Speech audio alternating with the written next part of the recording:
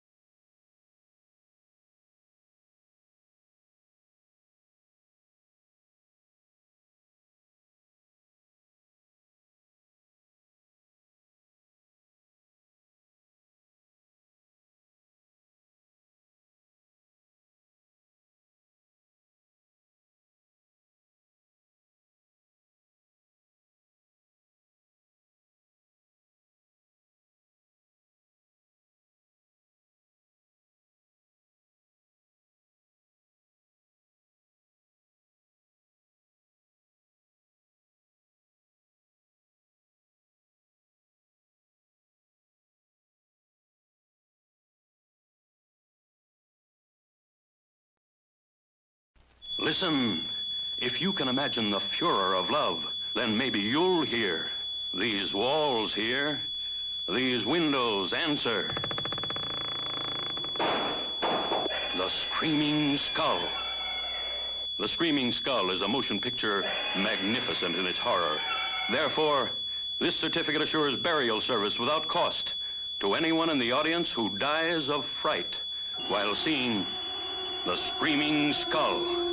See the re-visualization of a woman scorned. See the vengeful violence of the undead. The Screaming Skull, starring Alex Nichol. See Terror from the year 5000 and The Screaming Skull.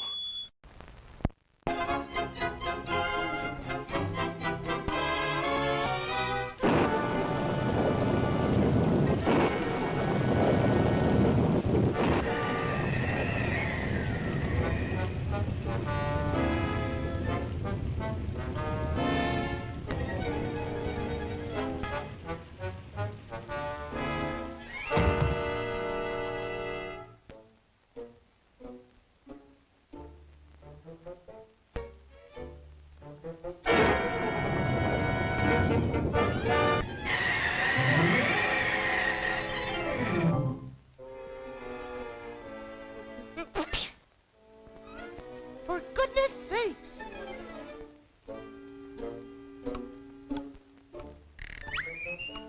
It's 12 o'clock.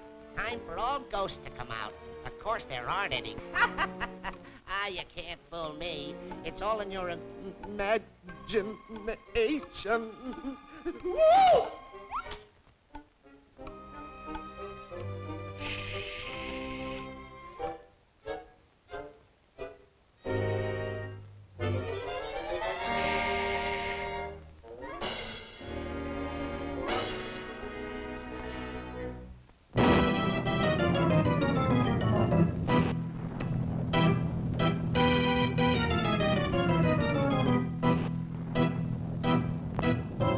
What's going on here?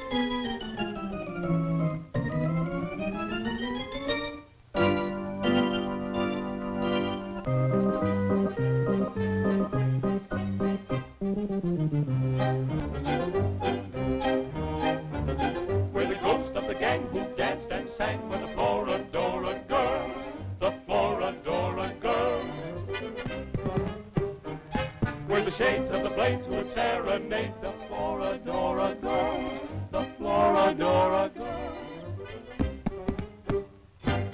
We are the spooks of that sextet, the pretty maiden's kiss. But we're the kind of boys that girls forget, we never have been missed. Now all we do is boo, boo, boo the bad little boys and girls, the ghosts of the gang who danced and sang with the Florodora girls.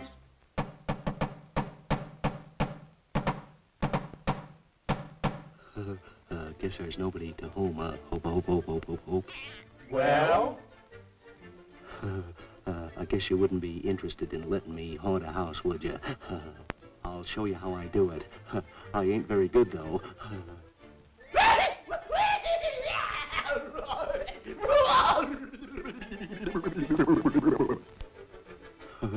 Didn't think you'd like it. Here's another one. It ain't very good either.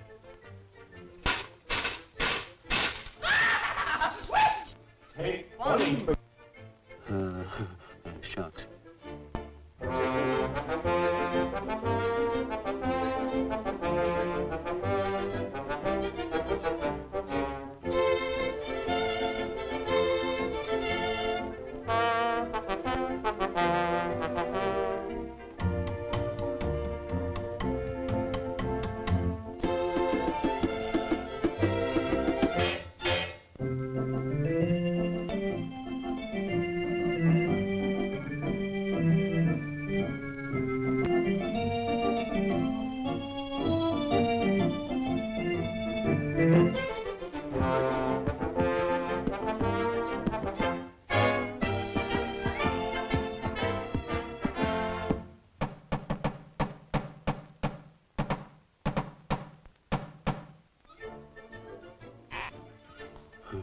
Guess what I got?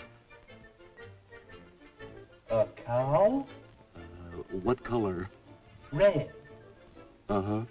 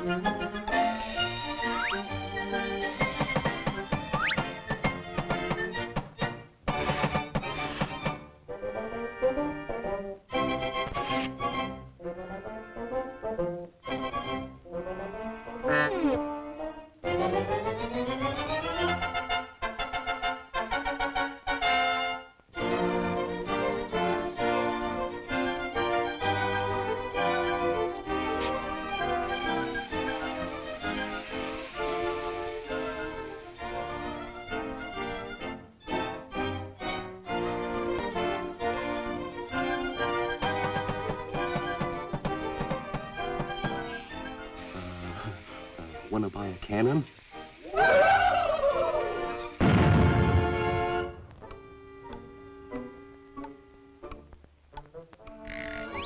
Well, here it is, 6 o'clock. Time for all ghosts to be in bed. But I don't believe in ghosts. They can't scare me. They're a lot of baloney. Ghosts. Woo!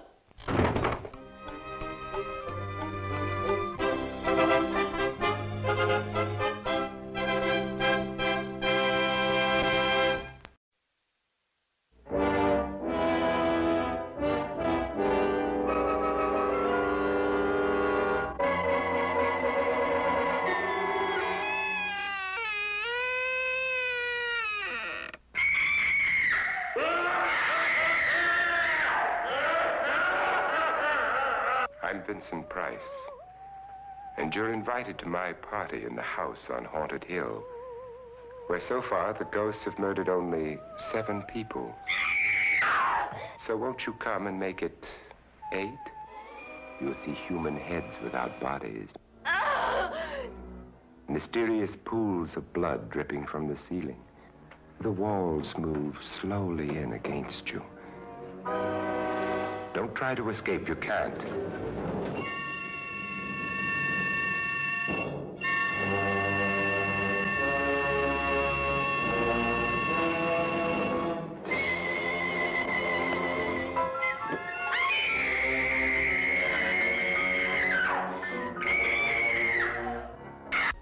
ready, dear?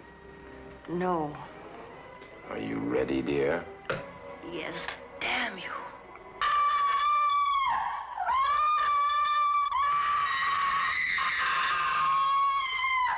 The ghosts are waiting, so won't you join me in the house on Haunted Hill?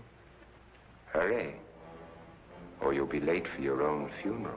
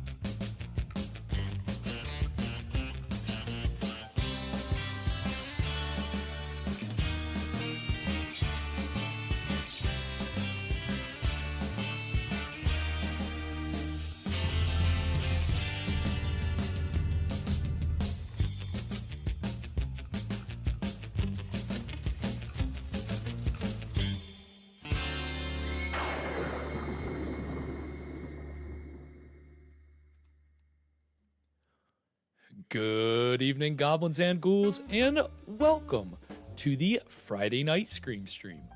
I'm your host, Spakenstein, joined as always by my very good friend, Mr. Evan Sink. Good evening, everybody.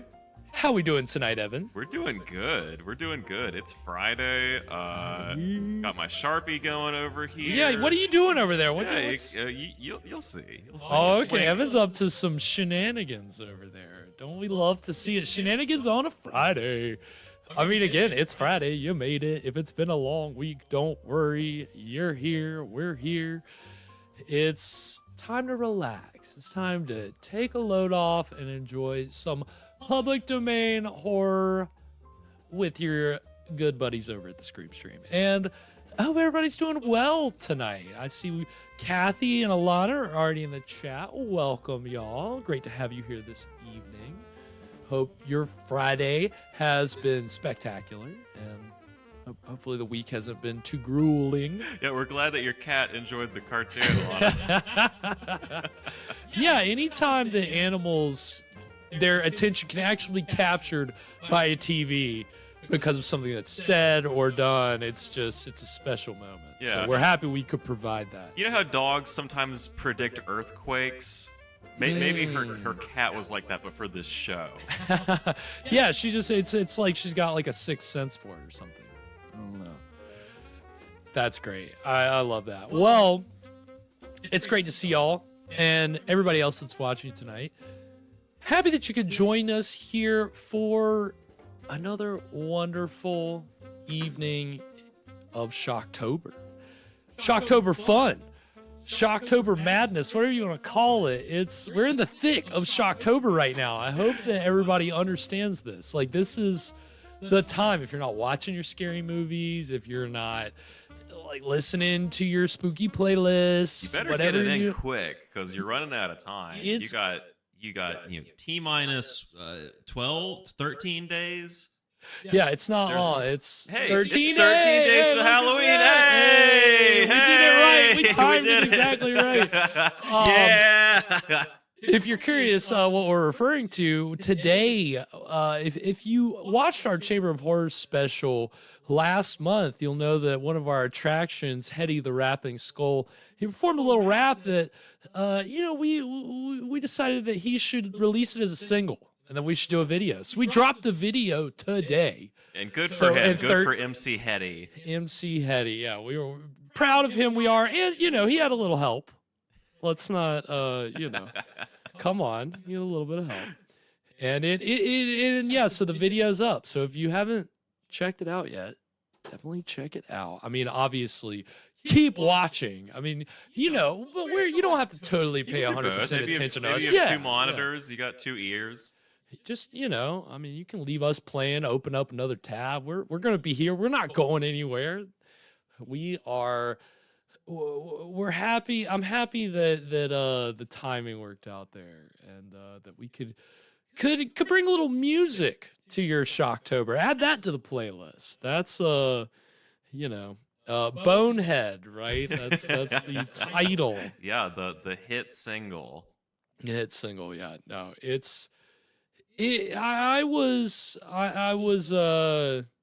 I loved it when we heard it back in the Friday the 13th special. So I'm glad that we could bring everybody a really polished and like a video to go along with it. It's a more complete version of it. That's right. It's Evan. See, and I didn't even notice, but apparently Hetty, Hetty kind of flubbed his lines that night. It was live, so it's understandable that, things would kind of get like, a little, lost in the shuffle. So glad to have that. So check that out. Check out all the great Shocktober stuff we've got for you. But of course, tonight what we've got for you is let's face it, you cannot celebrate Shocktober. We can't celebrate Shocktober without bringing you a new haunted house film. Because we've watched a lot of great ones. The 2 trailers that we just saw in that pre-roll are 2 movies that we've watched on this show.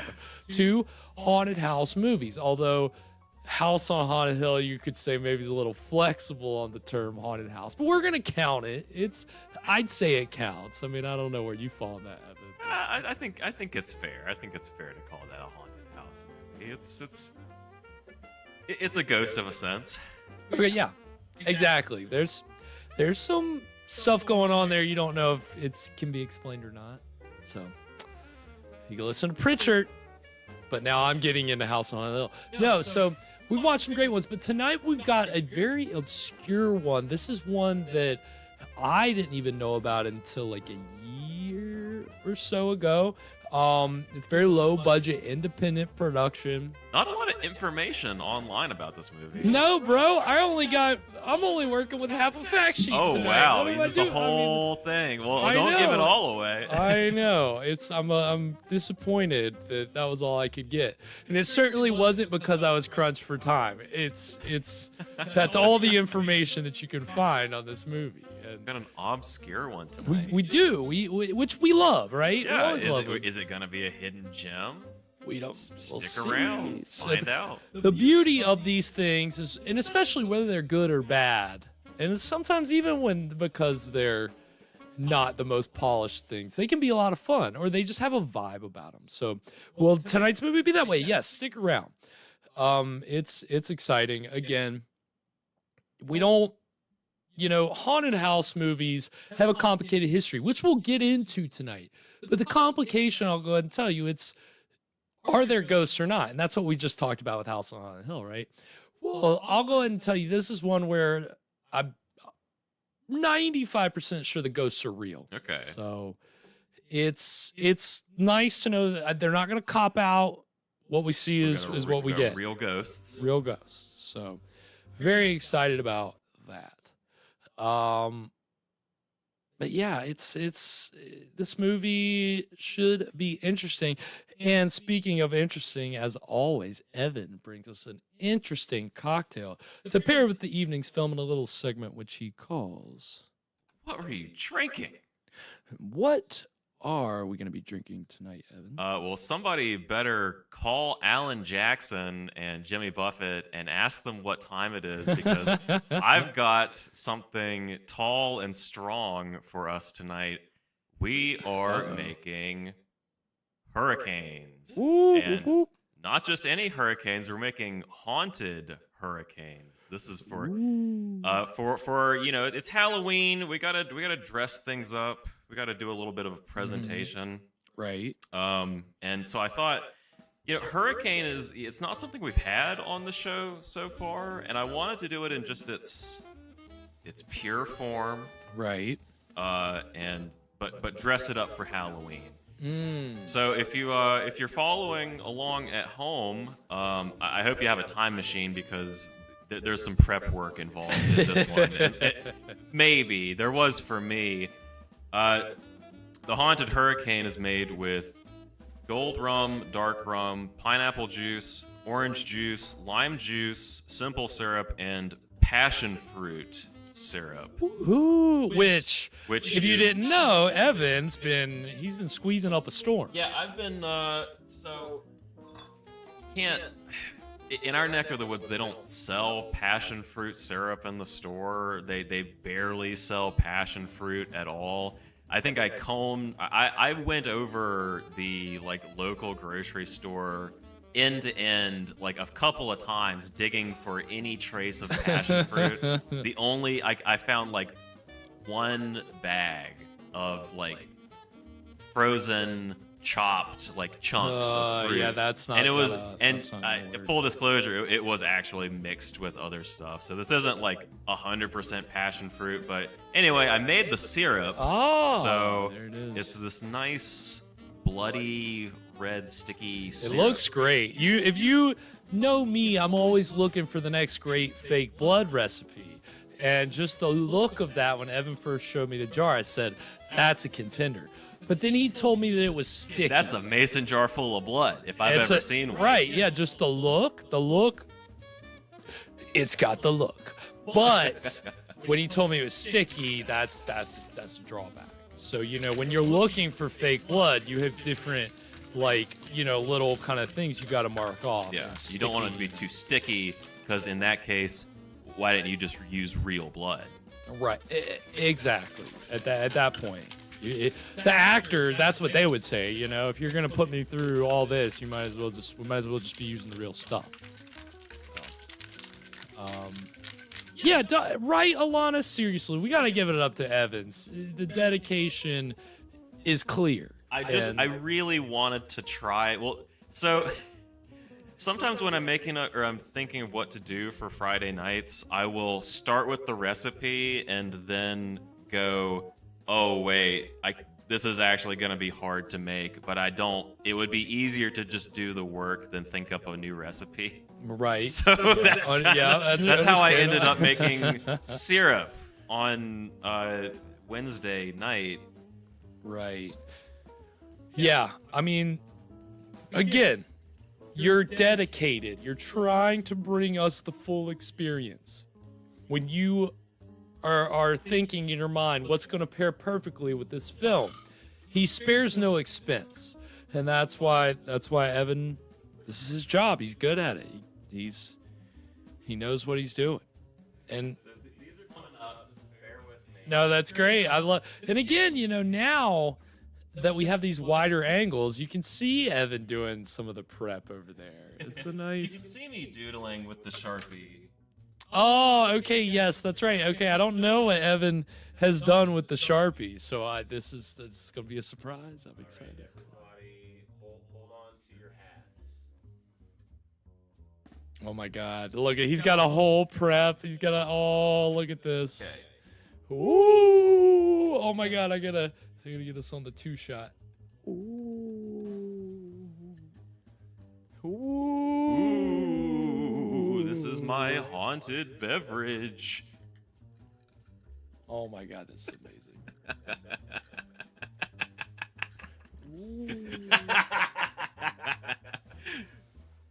Garrett got the Charlie Brown ghost. Yeah, I got a rock. No, Okay. I think it looks great. I'll give you a better view of my. Look at the. He did. He's really. It's a ghost drink. He really did make this a ghost hurricane. I'm loving it. Well, I say we give this a try. So this is the haunted hurricane. Cheers. cheers.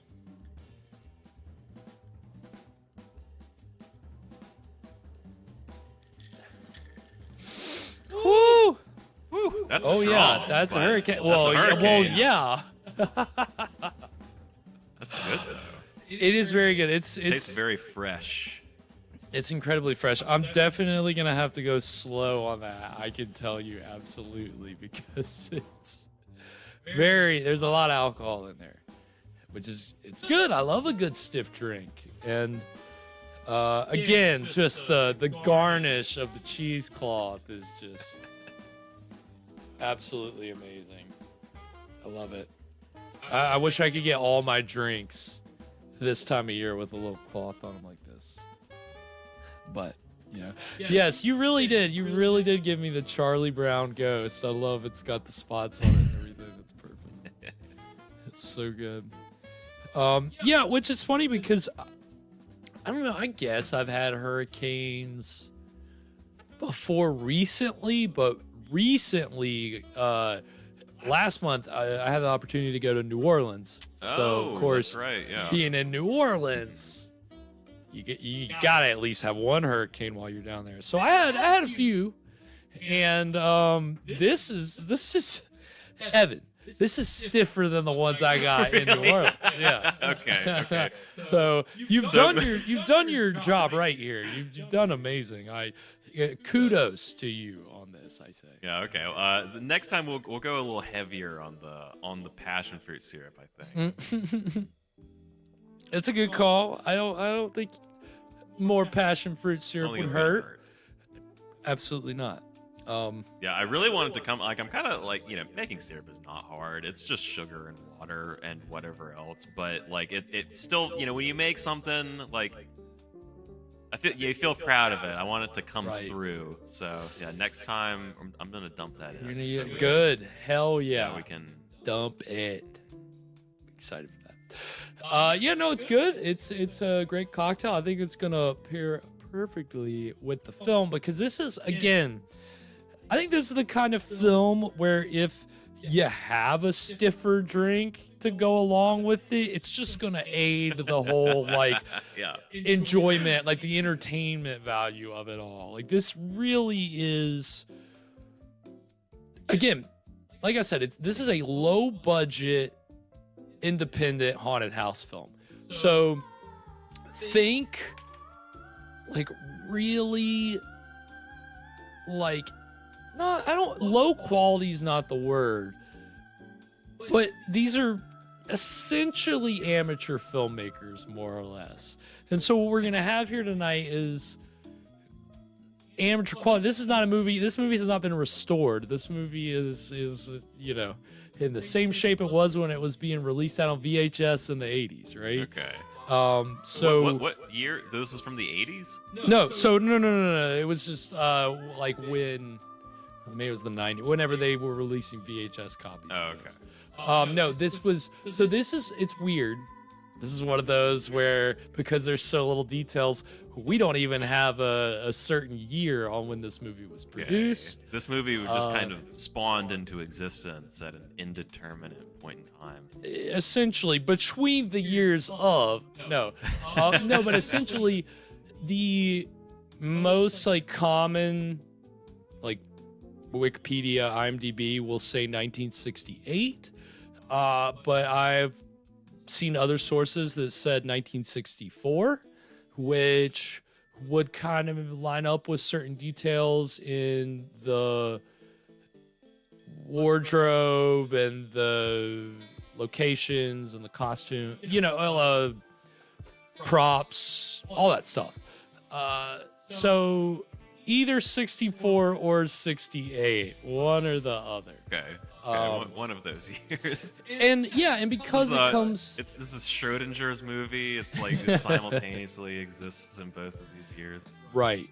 Yeah, no, again, this is it's really offbeat. It's coming from people that were not professional filmmakers. So we're getting in style something that's a little more experimental. They're doing it a little bit differently from how, kind of some of the more polished outfits. This ain't your Hollywood outfit. No. Okay? Well, they technically were in Hollywood, but no, they did not. Things our way. And I think the most interesting fact about this film is the fact that it's one of the few, I don't know if it's the first, we'll have to parse that out in a second, but this is one of the few horror films in the 20th century, I guess, directed by a woman. Okay. So tonight's film comes to us from a director, writer and director named Louise Sherrill, She got multiple names, actually. Just like that producer last week. Don't we all have multiple names? No. Well, no. And she's not for anything shady. She just, like, she had her professional name, and then she had her, like, her private life name. Or so, I don't know. It's really interesting, but this is the only film that she directed. But she was involved in a couple other films. We'll get into that tonight. So the little bit of information I have about the making of this film, we'll get into tonight. If anybody has any information, I don't. If anybody knows anything about this film, please let us know. I want to fill out this Make some fact calls. sheet. Yeah, we got a couple hours. Let's figure this out. Let's do some research. Let's figure out what happened to these people. And I do have some interesting facts about some of the other people involved. And of course, we'll just be talking about haunted house movies in general. Again, our focus tonight will be more on haunted house movies where the supernatural activity is real and not, not the evil nephew who wants to get the inheritance, so he's pretending to be the ghost. Yeah. I mean, and that's a whole other side of haunted house movies, which we'll talk about later. The talking dog side. Right, exactly. Don't even get me started. Ooh, is this movie gonna have a talking dog? If ghosts are real, why can't talking dogs be real? Well, let's not rule anything out, okay? Again, this is the 60s, okay? Things were weird. Remember, this is the time that gave us Manos. Okay, you never know what you're gonna get. Which again, Torgo is kind of like a talking dog, right? That explains like his legs and his furry face and his tongue hanging out all the time. No, that was acid. No, I think this is comparable to Manos. Ruh-roh raster. Oh my.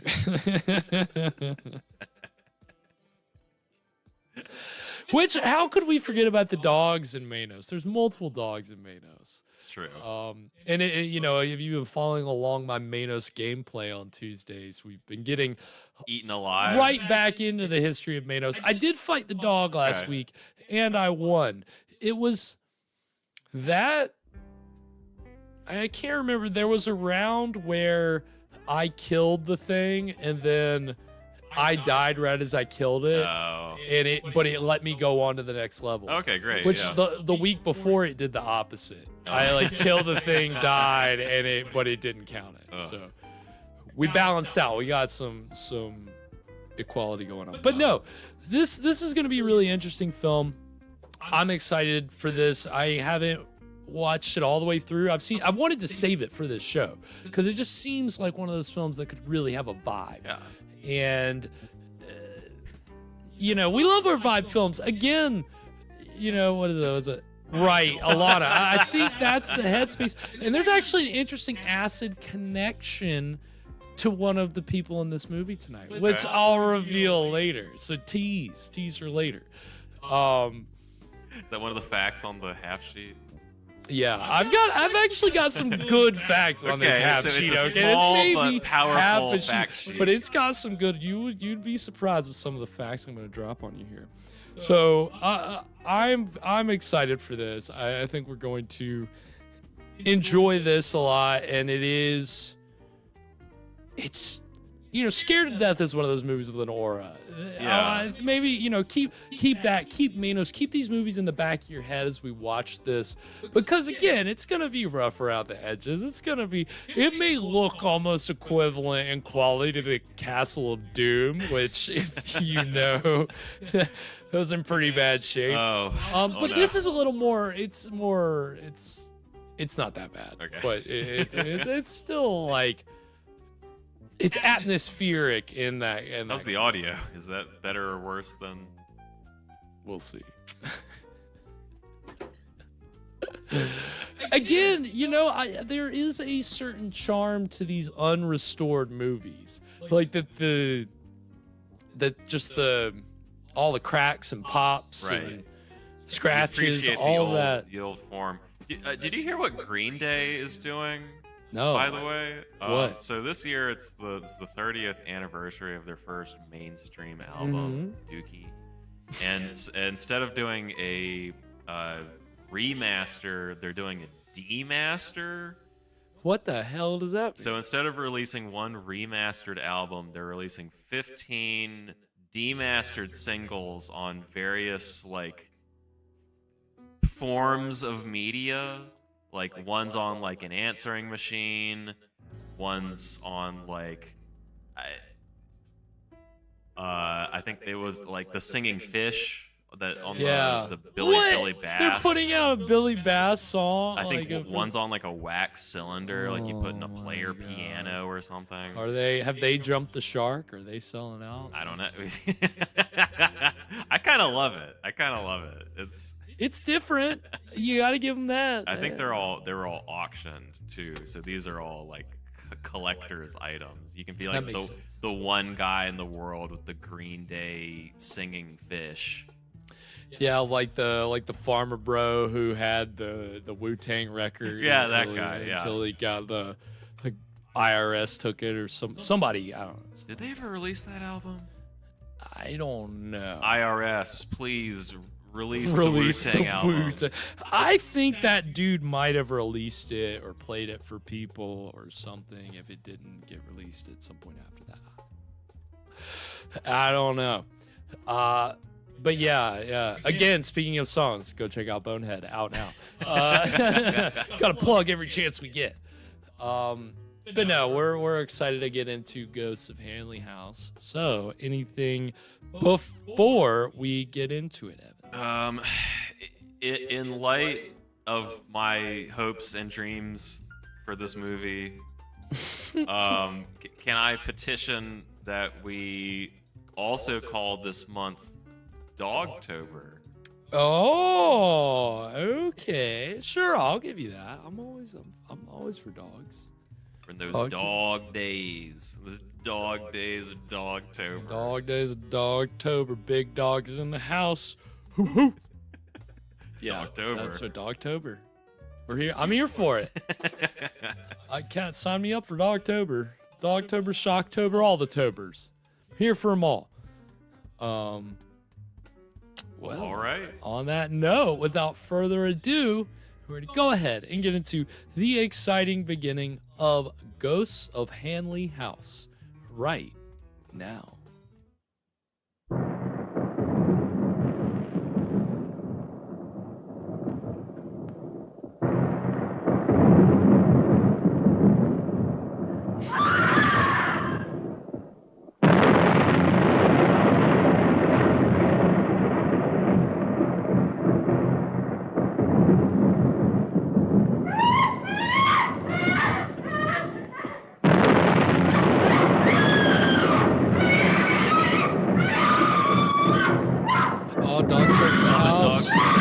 Welcome, dogs. So we did. You say his name 3 times. He said big dog's in the house, and boom, he shows up. I love the house.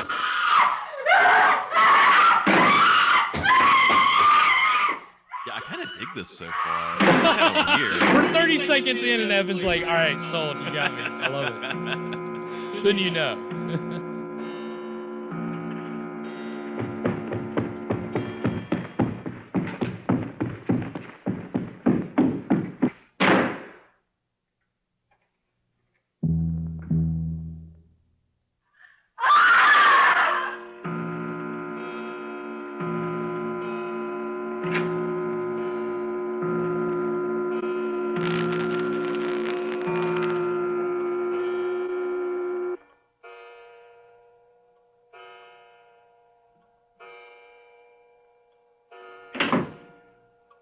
They had a string on the doorknob. Yeah, Dog Star, call back to Screaming Skull. My God, I forgot about those peacocks. Yeah, just a peacock.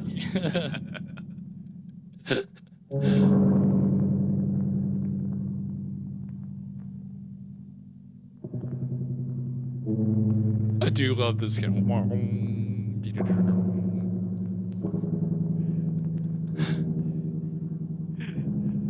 Got a beautiful warble.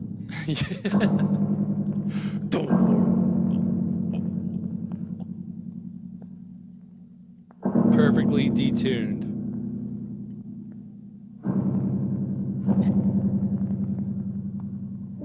There's some fake names here. I think Nosmo is one of them. Okay, I was wondering about Nosmo. I believe that's a fake. You know, Nosmo Kramer. Louise Cheryl. And we'll see whether they mention the editor. Will we see the credit for the editor? Let's see.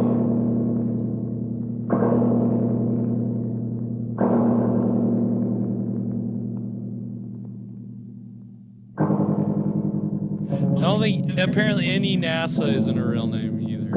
It's supposedly asinine or something. No. So editor Frances Durkin, that's Louise Cheryl's like birth name. Or well, her Is like Modern Film Effects a fake name? Mm-hmm. Joseph S. Durkin is her husband. That is what it sounds like a lot. Dum, dum, dum, dum. Like, yeah.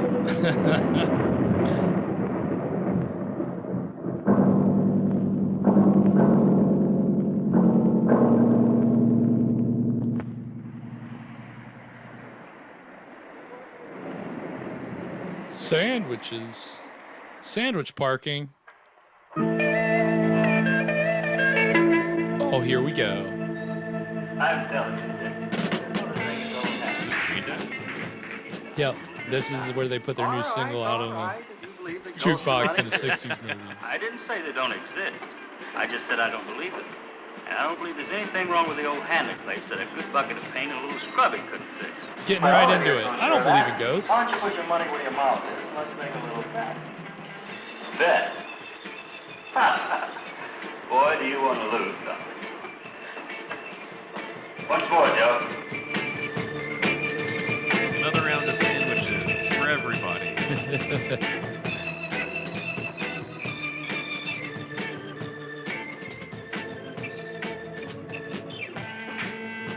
Yeah, I want to be hanging out in this place.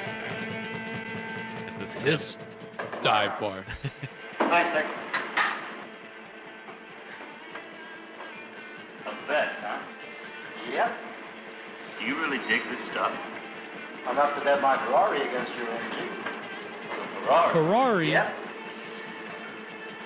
A brand new Ferrari against my 2-year-old MG. It's a good car. I know how you dig it. All right, I'll buy. What do I have to do? Just spend the night. Make sure there are no ghosts. Look, Jake. I'm dead serious. Dad carried the note on the place in the bank. When it came due, he turned it over to me. Now, I can't sell it, I can't even rent it with all this ghost stuff. So, you spend the night, and I'll let you decide if the place is haunted. Now, let me get this straight. All I have to do is spend the night, and if there are no ghosts, your beautiful new Ferrari is mine? Mine? All mine? $5 on Hank. Yeah, but you don't believe in ghosts. $10, no, backed up dick. $20 on Hank. 20 bucks?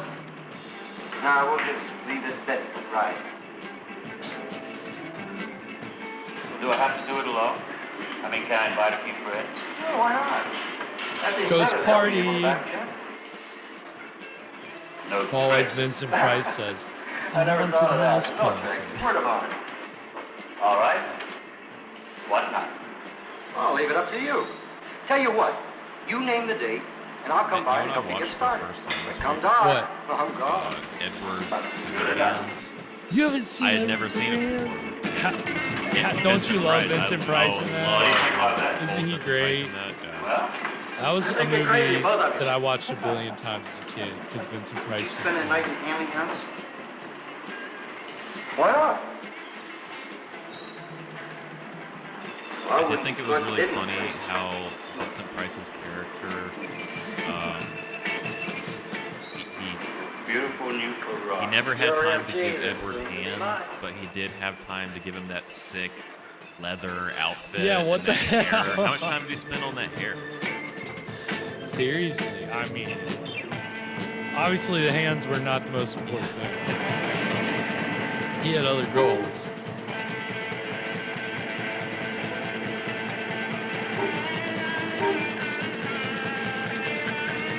I feel like I should be just like tripping out. Like, like what is it? What is he? This is like guitars going way too hard for what's happening. Haunted house. Extreme. Going to the delicatessen.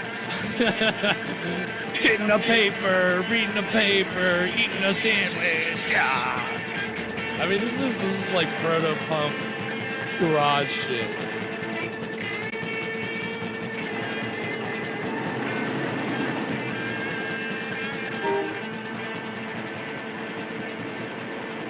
Ridiculous.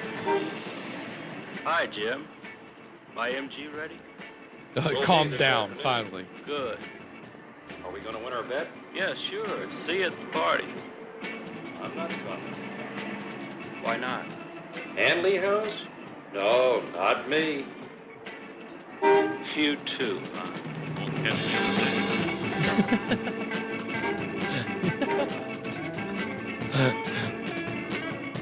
It's definitely nice. I like it. So they've been Fringe. calling me a witch again. Castles. I didn't even see it. I don't want to go alone, and I can't get anyone to go with me. I thought maybe you might tell me something about the place and...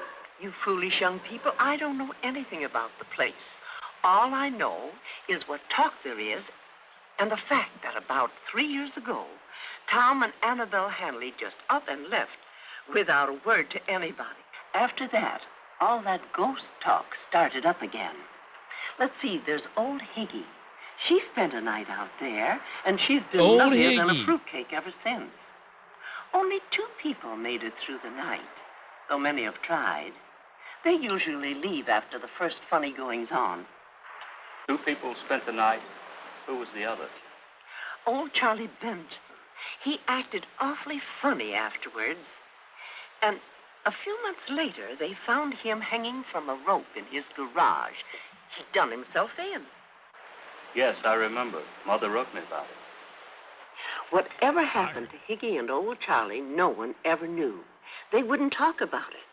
Higgy just rolls her eyes and babbles when you ask her. The others had different stories. Some heard babies crying, others felt cold hands and saw lighted candles moving about. They all had different experiences. Well, that's about all I can tell you, except to be careful. Where did the Hanleys go? I don't know. Did you call me foolish? But they never did like it here. Always talked about leaving, and they stayed mostly to themselves. Funny thing, though, they left everything in the house, sold off the livestock, and just up and left. I see. You might ask some of the new people who just moved here. There are 4 or 5 Couple choked up. Oh, and there's a Miss Brown over on Yeah, Temple he Street. was staring right She's down a the barrel. style medium. She might be interested. He was doing a model Scientifically suit. proven. Well, thank you, Miss Lizzie. Oh, I Camera loves you. do hope you find what you're looking for. Oh, he's got enough eyeliner to be at a photo shoot, that's for Today. sure. And the next time, don't wait so long before coming to see me. I'll make it a point not to. Bye. Sounds like they have a history. Yeah, dang.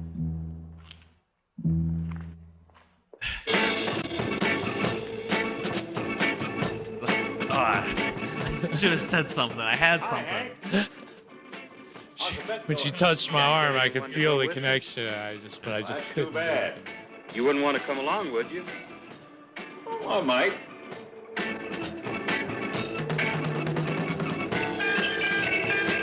Longer, we can split the car. We don't need to hear this. We can just listen to some, rocking guitar.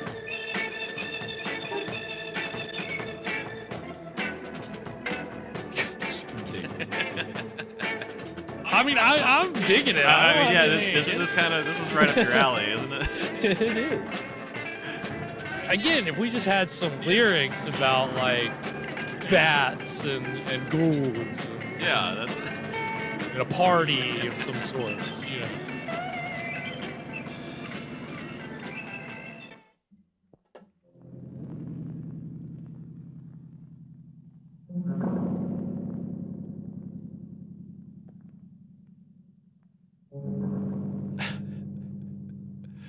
I love all these atmospheric shots just on the house, man. You could sit here for 30 seconds and I'd be cool with it. I mean, it's a pretty good house. Spooky. And I've got a little bit of information on the house. Some of the other activities that went on there. So is this a real house? Not a set? This, yeah, the interior. The interior is not the exterior. Different house. Hank, this is my cousin Sheila. She's staying for the party. How do you do?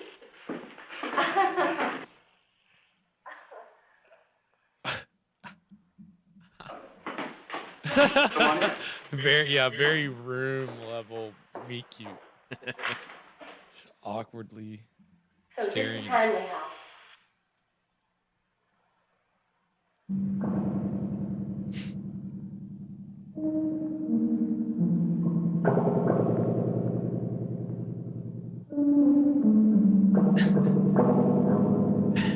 I love this. And this is the library.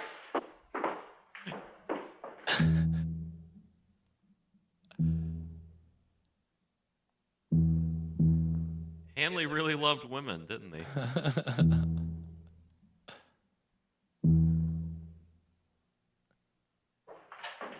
And the bench to there.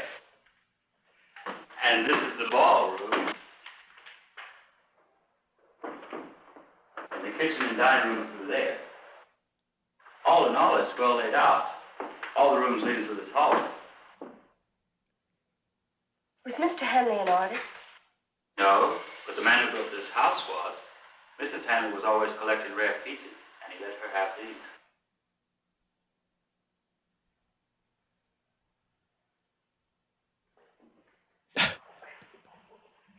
I love how this is like Manos, where you just get stretches with like no sound at all. No sound design, no nothing. Just complete silence. Flat, no room tone. A painting like this hanging in the hallway. Yes, it's Mrs. Hanley. It looks so real. You knew them? Yes. Not very well. Who is this I want you to meet guy? Gabrielle. He's just some dude at the bar that said, yeah, I'll come to the haunted house. Sure. It's a party. I mean, hey, this is the 60s. Anybody can come to a party. I mean, hey, I'm not doing anything today. I'm just in this bar. He's not the least bit afraid of ghosts. Hear anyone? Not now. Yes, please. No, thank you. You can pass me one. I finished the bedroom, Oh, thank you. and all the lights are out except in the hallway. Okay, I'll take care of it. The library's room you've got to do.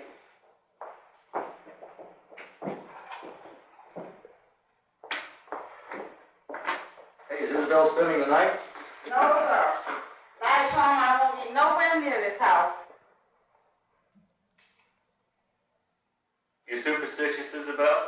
No, I'm not superstitious, but I'm not crazy like a lot of people I know either. There's a lot of funny things going on around this house. And I'm not sticking around to see if it's one ghost or if it's 10. Come night, Isabel will be happily tucked in her bed sleeping. Like most decent people I know. Got him.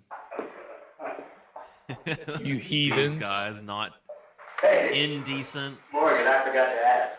Do you believe in ghosts? Not since I was a kid.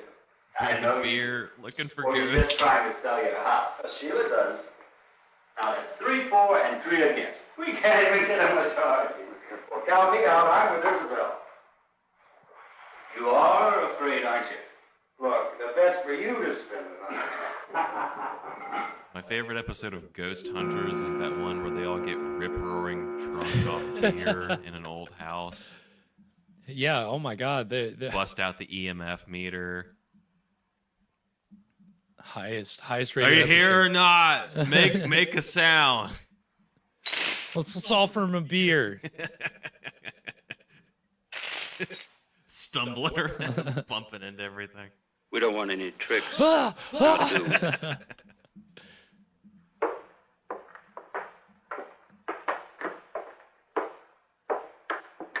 Look. Someone's moved the painting. Here's where it belongs. You're right. It's a clue. This is an escape room. Yes, those drapes need hanging. anyone else will show up? I doubt it. He said he might come. He was still busy at the shop.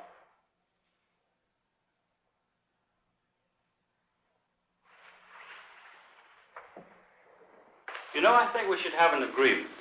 Morgan, you and Sheila along for the fun. Gabby's here for research, and I'm here to win a bet.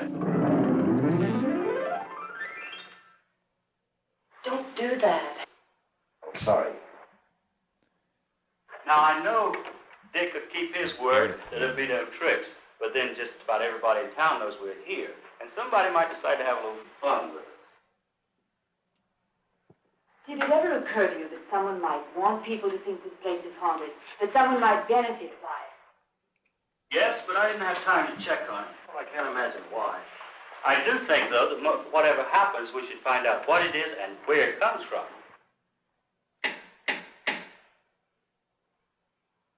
That's Pete.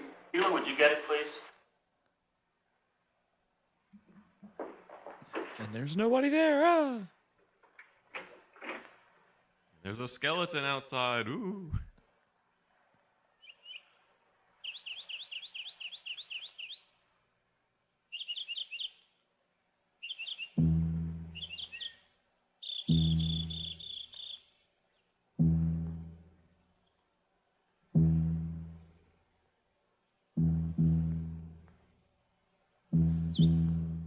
I like this. This is creepy. They better pay it off. Yeah. They're building it. No one's Suspense. there. Come on. Now you see.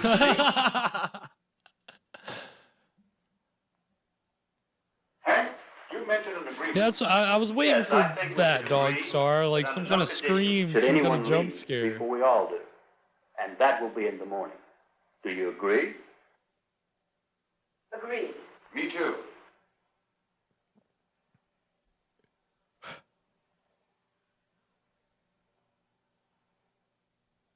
What is it, Sheila?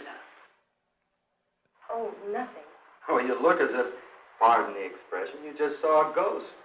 Well, it's funny, but when I stood in the doorway, it was so cold. Cold. Are you sure? Yes, it felt like I'd stepped into an icebox. Now, Sheila, it's too early for ghosts. What time is it? Oh, it's 2 minutes after 6. It was exactly 6 o'clock when the knock came. 6 o'clock. Gabby, I hope you get it all down. It'll be good for your research. Who ever heard of ghosts showing up in the daytime?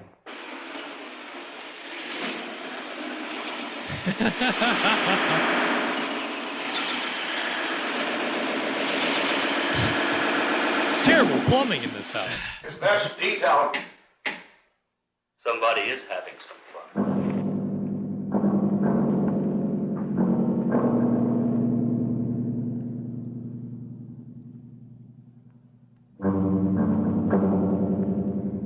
It is cold here. No.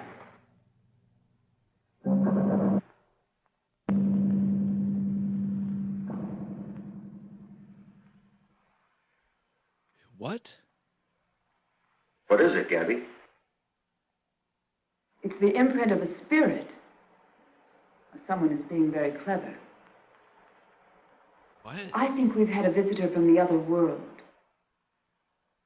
The other It's world. a troubled spirit. Mold. May even be seeking revenge. Signs of the spirit. Here you are, the first little sign, and you get all shook up. Hmm. Dinner served.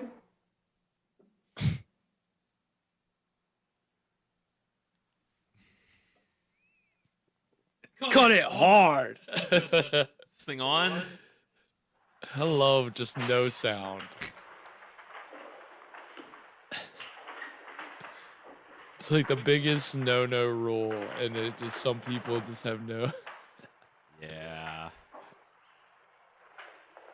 Yeah, it's those those little things, you know, feel kind of first time. This is But the first but time, it like makes it though. There's something about it that it does. It's like the You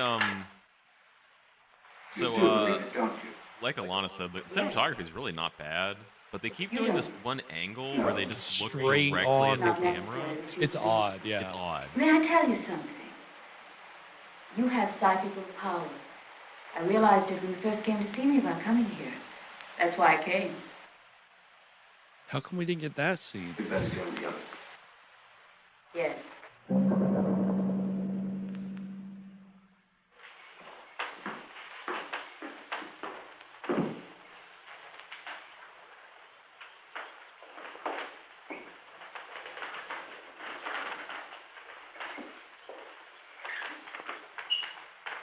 What's for dinner?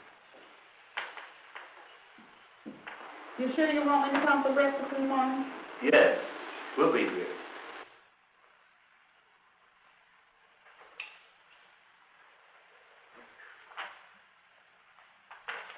To set your mind at ease.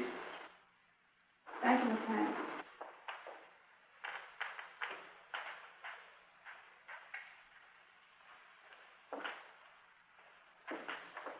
Bye, Isabel. Has anyone seen my keys?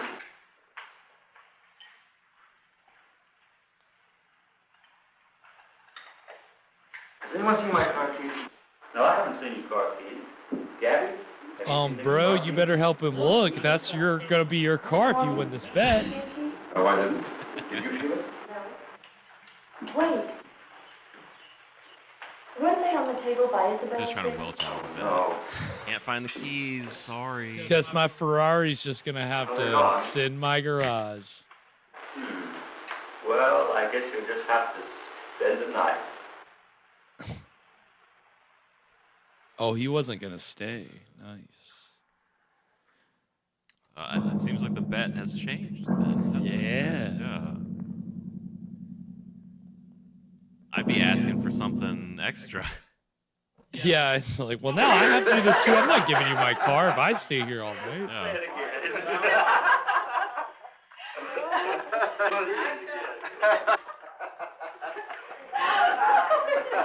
What are they playing? That's what I found. I'm up. One more. Yes? I'm okay. Fine. You okay? What? A 4. Another 4? That's good. Hey, you know, it's almost 10 o'clock and our friend hasn't shown up yet. Guess we scared him away. But don't be too sure, the night's not over yet. Blackjack. Here, anyone? Blackjack. Man, blackjack? Oh, Sheila? None for me, Didn't look like it. Oh, she found the record player. Oh.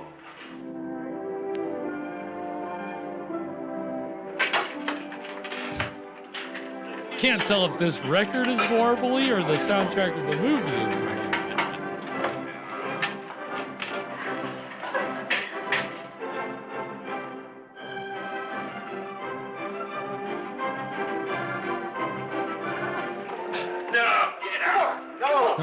Nice. Come on, bro, let's dance.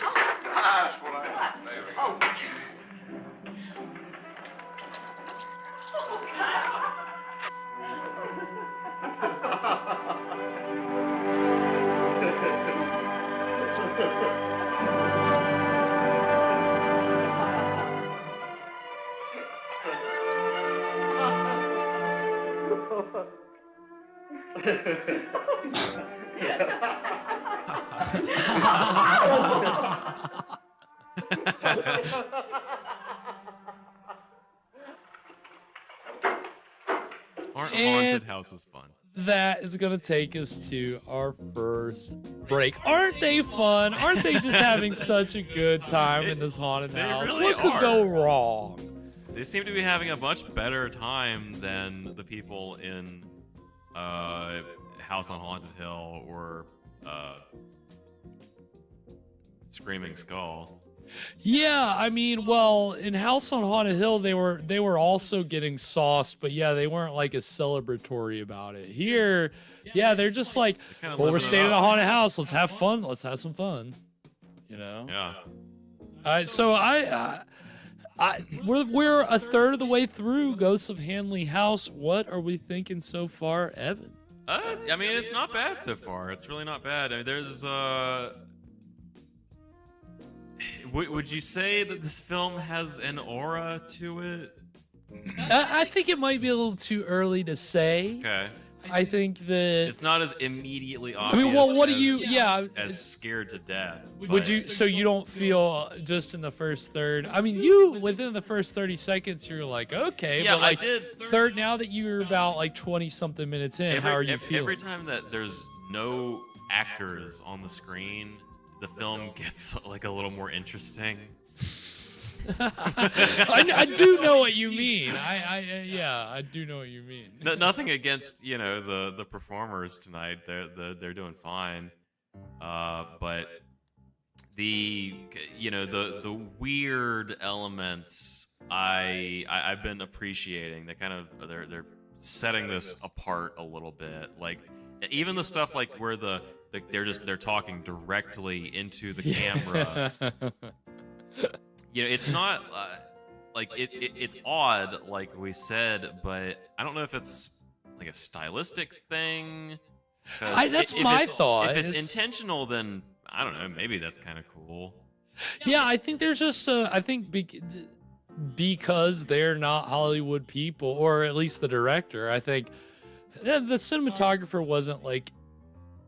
His other credits after this are like Best Boy and like grip credits in like the 80s on some big movies, but it's one of those things where you gotta wonder if somebody said to her, oh, well, you wouldn't normally just have the actors looking right at the camera delivering their line, like, but she's like, oh, no, well, we don't, like, this is how we're gonna do it. And yeah, I think there's a stylistic touch to it that works. I think there is something to be said for just the way that, again, it's okay, so it's the same with when the audio just completely cuts out. It's that idea of there are these established rules with Hollywood, with just kind of mainstream filmmaking that you accept. But what happens when you just deliberately break one of those rules? Well, it just kind of like gets your attention in a different way. It takes you out of it, but it also is like, okay, well, this is weird. What's up? You're looking right at me, movie. What are you doing? Like, you're looking into my soul. There's no sound, but does that make this more suspenseful? But right, there's like in the awkward silence, is there something, is that adding something, right? Is it adding more suspense? Is it making you more? I think that the nice thing about this movie is we're only a third of the way through, and we haven't really gotten like a lot of supernatural stuff yet. Playing it pretty close to the chest so far. But as far as what I know about this movie, we're gonna get a little, Are the ghosts gonna run wild? Run wild. Spooks run wild. We may not necessarily see them running wild, but I think we'll have some paranormal activity on our hands, to be sure. Okay. So, but we've already had a little bit of like ghostly activity, right? Yeah, like a cold spot. That's a classic ghost thing. Well, and the knocking too. And the knocking, of course. Yeah. So yeah, some classic ghost things. So they're starting like slow. Yeah, they're giving you the kind of the classic easy stuff. So we'll see how they escalate in the second half. But I mean, at least they're giving us something right off the bat where it's like, okay, well, it's probably really ghosts. It's not like we're like, they're gonna explain it away. Yeah, Alana, I think that makes sense. Yeah. Honestly, I could definitely see that. Yeah, have you ever seen a director do a real POV where like you look at the person for a couple seconds, then you look over their shoulder, and then you look. Your at eyes them, are and you just kinda darting look down around. Yeah, like this is how it really is. This is how you actually talk to somebody. Camera's just kind of. Yeah, just a. Yeah. I think that's what is going on. It's interesting though, because you know, we know we've got a haunted house film on our hands. And I mean, I think that so far, I mean, I like the way that they did spend the first 10, 15 minutes kind of building up the legend of the house and the stories about the house. You know, they went the traditional, like, and Dog started to kind of answer your question earlier, like, why are they there? They've given us a very, like, solid traditional setup when it comes to like a haunted house story. It's like there's a haunted house, some people think it's haunted, some people don't believe in ghosts, they don't think it's haunted, so there's a bet. Can you stay all night in the haunted house? Spend the night. Usually it's money, but in this case it's a car. Right. Yeah, it's a Ferrari. It's a Ferrari. Although it doesn't seem to be like a bad, because like our main character, he would get the Ferrari, but the other guy would get that dude's car, which was also like a decent, like nice car, which he was like, I know how to handle your car. So it seemed like he kind of wanted that other dude's car. It's a win-win. So he wants the, I like the setup. I think that it's everybody else is just there to party, though. They're not really part of the bet. Well, don't forget that. Yeah, well, there was a side bet. Well, but what's see, I can't remember her name now, but there's the one woman who's there for research. She's there. Right. Gabby, I think, is her name. Which, again, this plays, I think, in kind of one of the inspirations behind the movie, which we're actually going to talk about later. But obviously, this movie, you know, whether it was made in 64 or 68, obviously by that time there had been enough like inspirations for haunted house movies and just horror movies in general. There had been some classics that had, you know, kind of, I think had some influence on this film. But in our history with these kinds of movies, we know that, you know, with old dark house movies, which is kind of different, you know, because those aren't really always haunted house movies. Sometimes there's ghost stuff mixed in, but not always. With an old dark house movie, a lot of the ones that we've seen, it's all, you know, there's always like an element of comedy. And so out of that in the 40s is when you started to get some haunted house movies, but they were still like comedies. So even if there was some stuff that you could say, oh, well, that was ghostly activity, they would still, you know, it was a Bob Hope movie, or it was you know, there was some kind of comic relief, and so it wasn't like they were using the ghosts and the supernatural for horror. They were using it kind of as a punchline, as a joke. So, I mean, that's the thing, you know, we all think of like a haunted house movie now. That's kind of a ubiquitous subgenre. But you would be surprised that really up to the 70s, there weren't really like that many true haunted house movies. I mean, there may be like a dozen or so. Obviously, you have some silent movies that went a little more like played with the supernatural in a real way, but again, there were a lot of comedies that did that. It wasn't until the 40s that you actually got a big Hollywood movie that it was a haunted house movie where the ghosts are real. And that's the first trailer that we're going to see tonight, is for a movie entitled The Uninvited, from 44, I think. And it's the ghosts are real. They don't explain them away. And it's one of the first like big Hollywood movies to actually, in the sound era, to go that route. And it's a great movie. It's a studio movie. It's like, I can't remember if it's Warner Brothers or MGM. It's one of the big guys. So it's like Paramount maybe. So it's actually a very well-made movie, and the ghost stuff is very well done. But The Uninvited was kind of the biggest like movie for a while to actually take the ghost seriously. Again, you still had other comedies that played with it. And then in the 60s, early 60s is when you, sorry, let me amend that. Late 50s is when you start to have some films that actually are like, oh, this is real.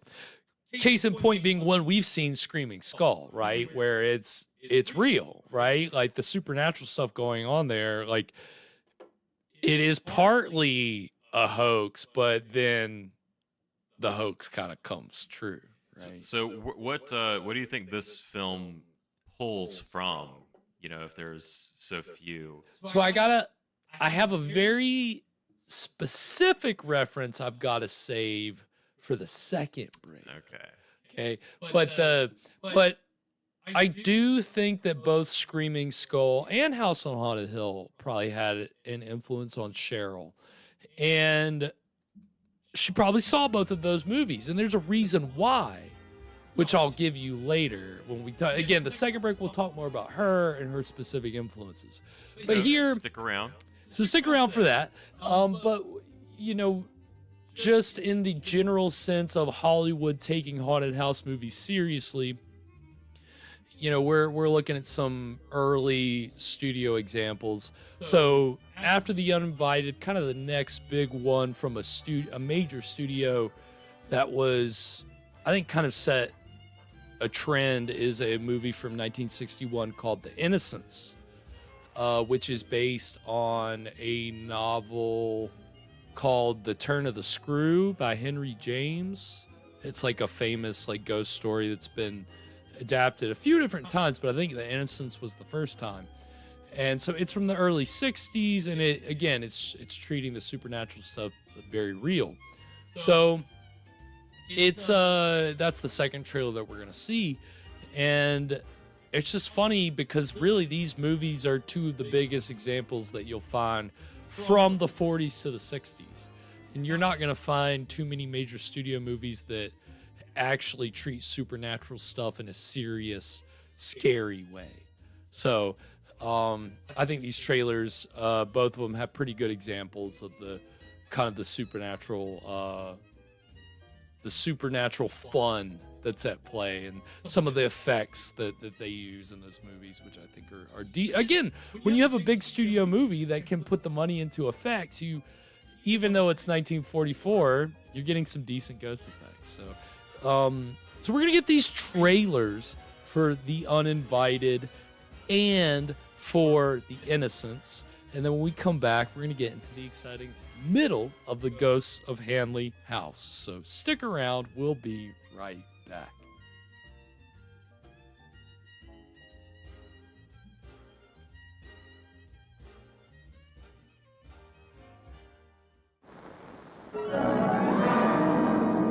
This is the voice of the uninvited.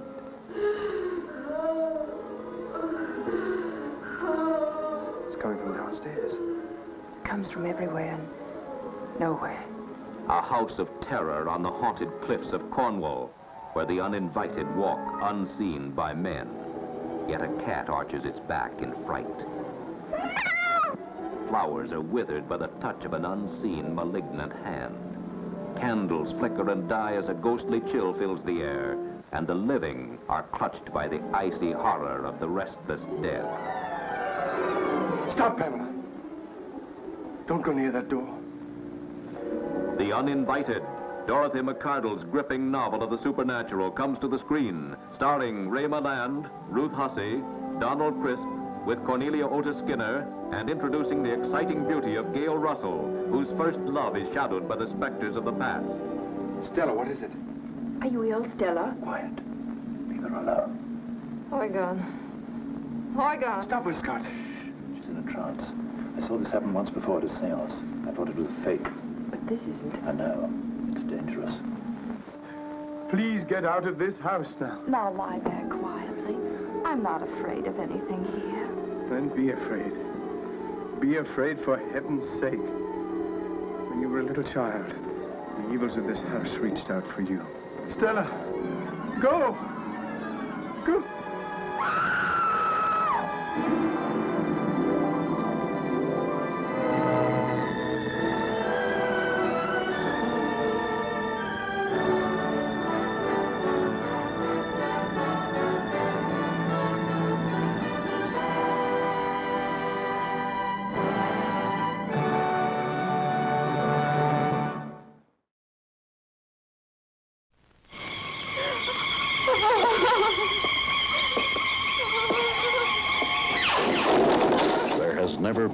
A ghost story created especially for the adult moviegoer until The Innocents.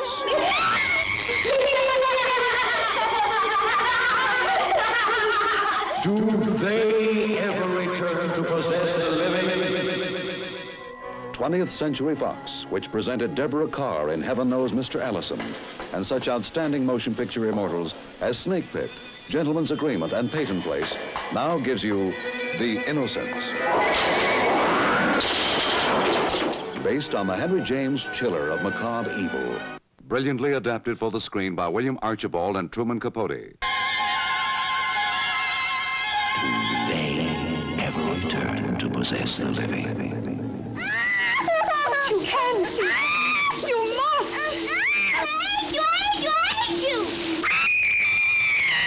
The Innocents, produced and directed by Jack Clayton, the man who directed Room at the Top, turned into fearful reality by the magnificent performance of Miss Deborah Carr, with Michael Redgrave as the uncle, co-starring Peter Wingard, Meggs Jenkins. I saw him staring. Who, miss? The same man, the man on the tower. The tower? But now, just now, he was staring past me into the house as if he were hunting someone. What's he like, miss? Oh, he had dark, curling hair and the hardest, the coldest eyes. Is he... Would you say he was very handsome? Oh, yes, yes, handsome, handsome and obscene. Do they ever return to possess the living? And when did you first see and hear of such things? Why, I made them up. Shall I tell you who taught them to you? I won't ever again, I promise. Shall I tell you who taught you? The things you've done, the things you've said? Shall I tell you his name?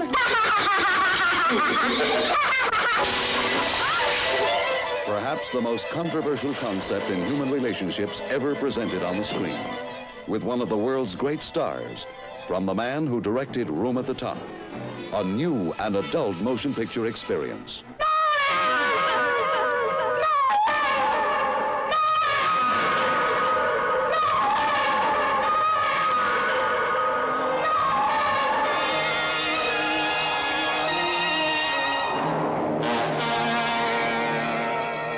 Do they ever return to possess the living?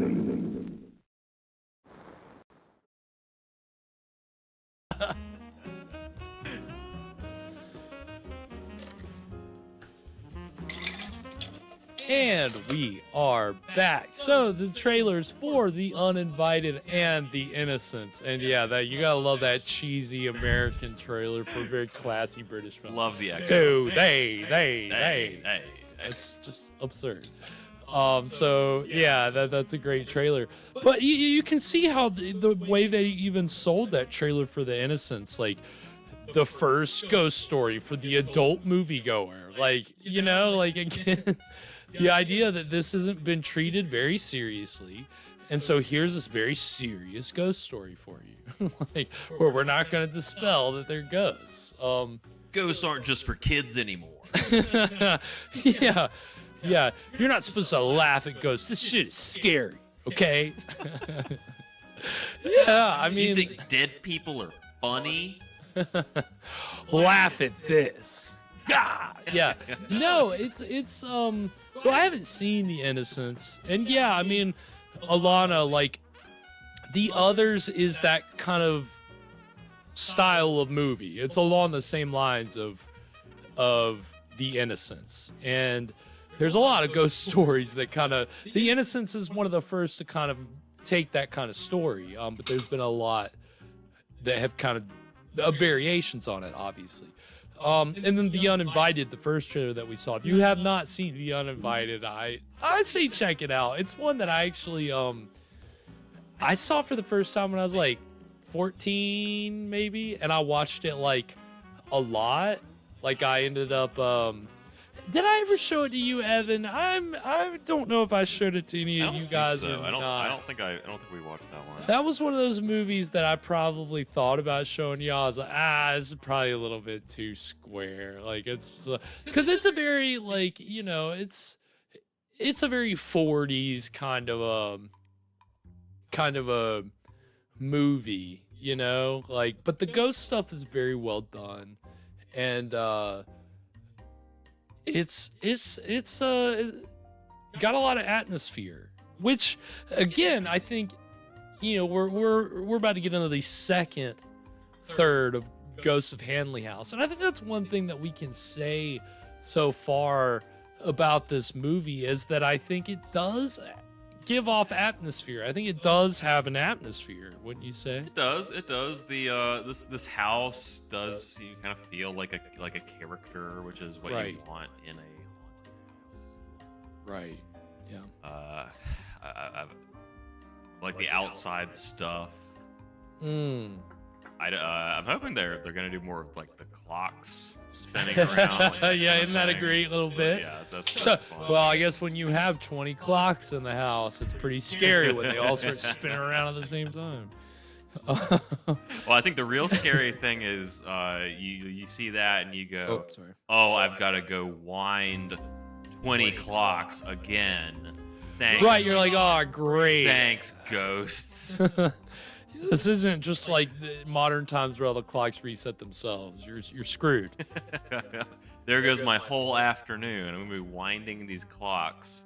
Yeah, and like Alana, I agree. I think, and Evan brought it up earlier. It's those scenes where, or not even scenes, but it's those shots where there's no characters, and you're on one of those clocks, or you're on a statue, or you're on a doorway, and there's nobody there, and you're just like, oh my god, I could just live in this shot. Yeah, you know? I love it. Like, isn't there like it feels like those things that you see in like a student film where like they're not like they're just trying to be evocative and artsy. They're not, you know, focusing so much on following the convention and, you know, moving stuff forward. You just like, we can just hang out on this shot for a little bit. Right. And I think that's where the vibe comes in. And I think we'll see more of those shots, and we'll continue to kind of feel that. And I just think that that's part of the experience that we're getting with this movie. So it's, we'll see. We're in store for some pretty interesting stuff here in the second third of the Ghosts of Hanley House. But anything before we get into it, Evan? Does ghosts move that painting? Yeah, I was like, did she move that painting? She just take it about, oh, that doesn't go here. I'm gonna figure out where this painting goes. Or she's made it. I guess she made it sound like somebody else had moved it, but it was still like an odd. This house has seemed pretty like clean too. Like, I guess they're renovating it, right? Or well, no, they said that all the furniture, that when the Hanleys left, they just, all the furniture stayed in. Oh, we've got a ghost at the door right now. Oh, we got a ghost dog at the door. You got your ghost dog. We got my ghost dog. There it is. Do you want me to go let the ghost dog in? Yeah, you go let the ghost dog in, please. I appreciate that.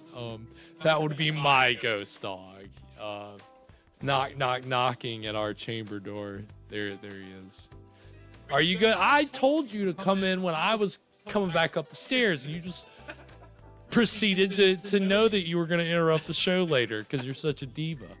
Our diva ghost dog here on the show. Thank you, Evan. I appreciate you catering to that. Of course. Diva dog. But yes, this is. Oh God! What did you say? You had. I was talking about how clean this house was. Oh yes, I will have more information about the house. Like itself, actually. Yeah, but I guess since it's not a set, they can't just throw dust everywhere. Right. Yeah, this isn't like an Ed Wood production where you just get, you know, you have like get some antique furniture out of the prop room, and you just put dust on everything. And no, there's, again, that's part of the character here, is the realness of the house and the realness of all these things. So yeah, I believe that we will get more of that. So without further ado, we're going to go ahead and get into the exciting middle of the Ghosts of Hanley. Sorry, this is a little thing, but Evan kind of made me think about this a while back. When a movie title doesn't have the in it, and you say the.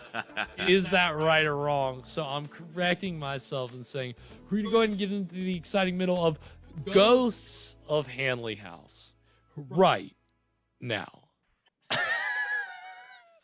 Have you Be been respectful. Did Get you it like right. that? They tell me you grew up around here. Yes. Nice little town. Nice people. Getting nicer all the time. You're still laughing.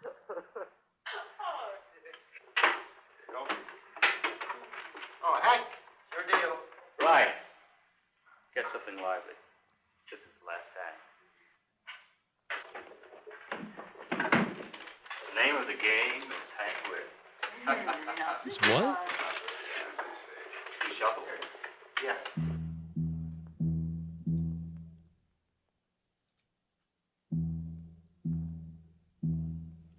Ooh, I like the carpet on the stairs. Ooh, I mean, look at that. Come on. Ah, that's great. Yeah, that's. Oh, dude, that the door off to the side, The shadow.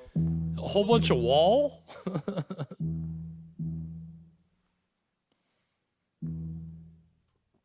It also just makes you appreciate old-fashioned construction, architecture, I guess. Don't move. Just above your head, a black widow spider. Get something and kill it. How could she see that it was a black widow from that far away? Where is it? It's gone. You know the famously agile and elusive black Ghost widow spider? Is that what we're dealing with? A ghost spider?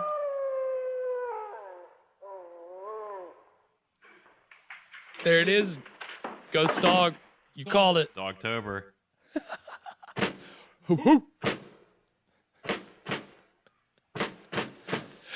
Alana, I thought that when we came back into it and looked at her necklace. I thought the same thing. We're on the same wavelength.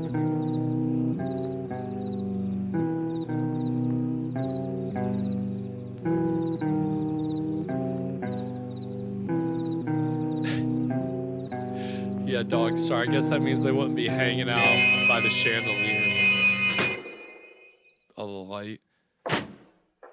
Oh, look at that. Oh. Morgan, there's a flashlight in the glove compartment of my car. Get it. Right.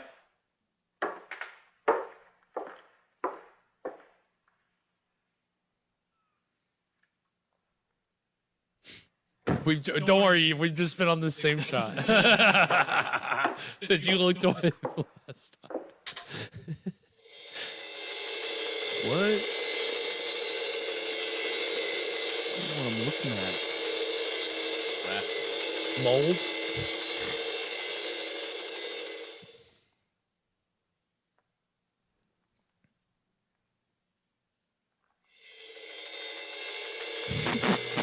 Bushes?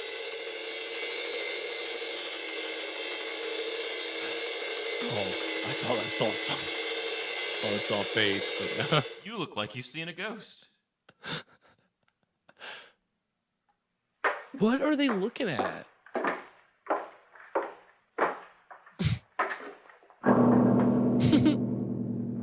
This guy.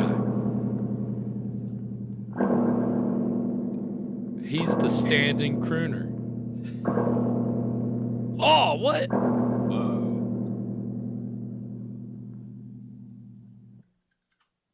Radioactive.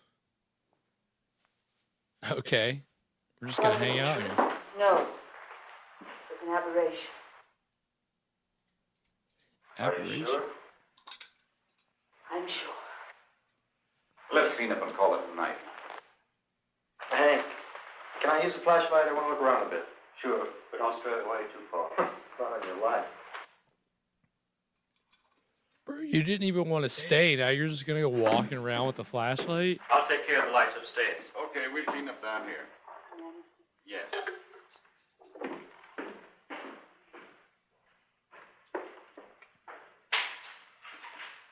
Why did they clean that table up fast? from outside.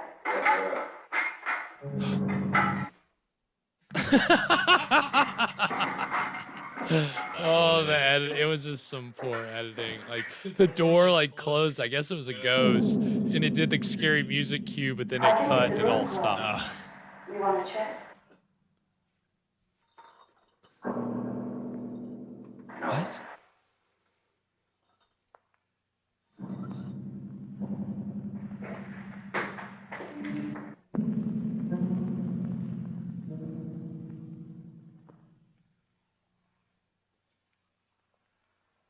Come on, Morgan, stop it. Your hands Oh, are they're like still ice. doing it. Stop it, Morgan. You're choking me. You're choking me. What? Oh.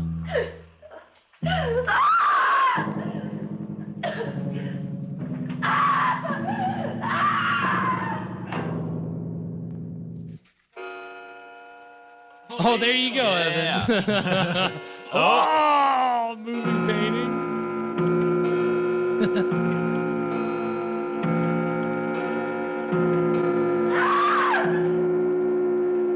Oh, that clock has a sun. One of them has a sun on the top. Oh, Alana, you called it earlier. It is carbon monoxide poisoning.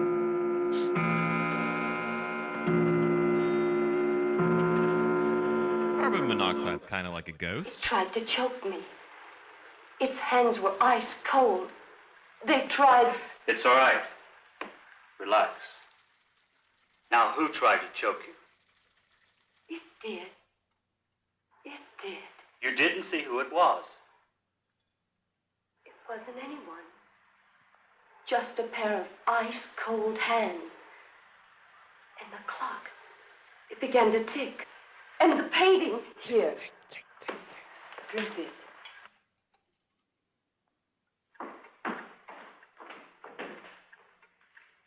What is it? What happened? It's Sheila. Someone tried to choke. Look.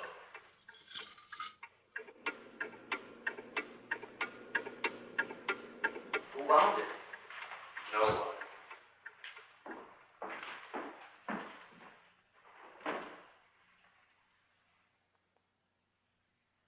Well, if this is where she wants to hang, this is where she'll stay. Wow. Did you see anything outside? No, nothing. It's quiet and peaceful as a cemetery. That box. Where did it come from? Wow. Ghost trunk.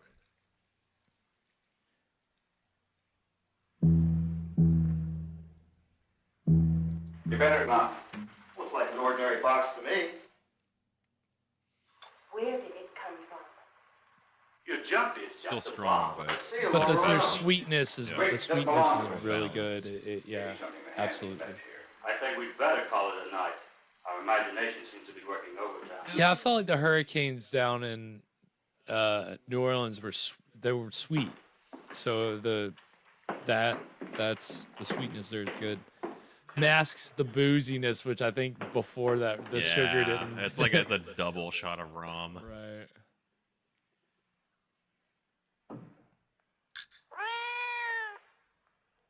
Ghost cat! You didn't even.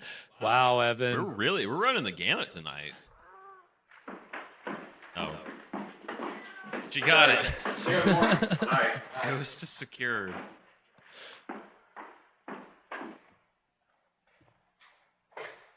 Hank, there's no lock on our door. We're just across the hall.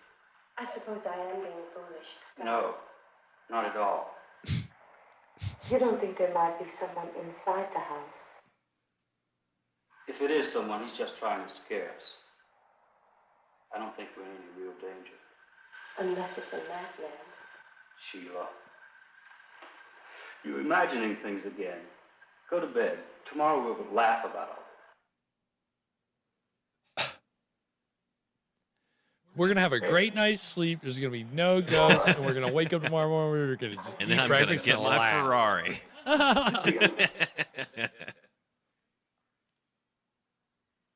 I'm gonna go get into a drag race with James Dean.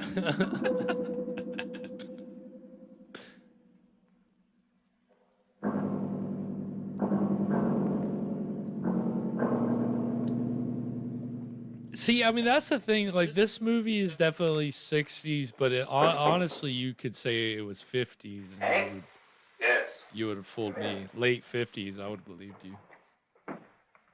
She was really frightened. Yeah, I know. She thinks someone might be hiding inside the house. And what do you think? I think they've got the same. I should have checked while it was still light. Honestly, never thought about it.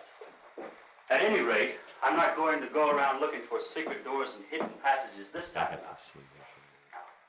Sleep lightly. And if it is someone inside the house, we'll take care of it.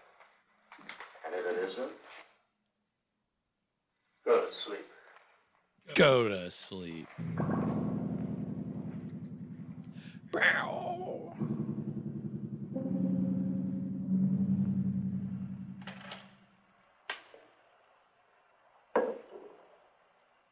Gabby, when did you first become interested in this?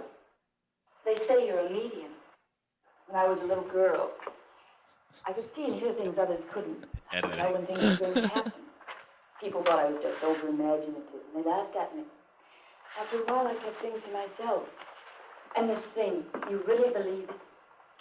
It tried to kill me, you know. Perhaps it tried to warn you, or even to tell you something. Perhaps it thought you were into that kind It of tried to kill me. I know it. You don't understand. The spirits work in strange ways. I can tell you this. In all the psychic world, the spirit has never been known to kill anyone. They may have driven them to kill themselves when they were justified.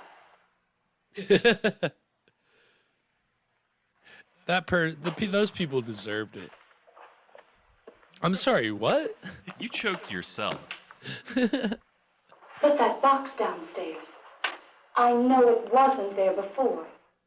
I didn't notice it myself before the hallway. And that we will talk about that at the break. Gabby? Huh? You don't think there might be someone inside the house? Listen, Sheila. The spirits are trying to communicate with us. I believe they picked you as the contact. But why me? Why not you? We don't question them. You're the one they've chosen, and you must cooperate. Don't fight them. If you help, we may find out what this is all about.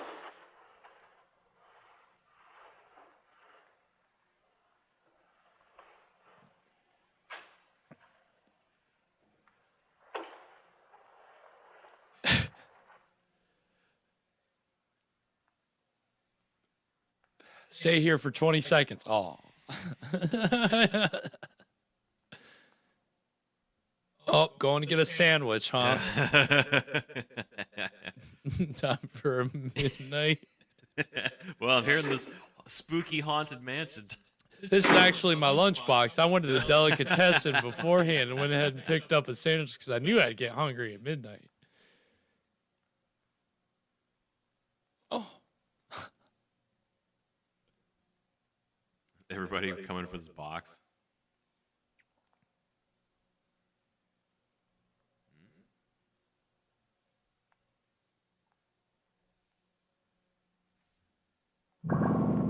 Oh, thank God. I was going to say, how long are we going to be quiet for?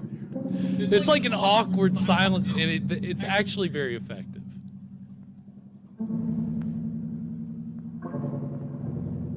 See, like, I love this, dude. It's just all white, but there is some depth, dimension. There's walls. It's a real house. But it's...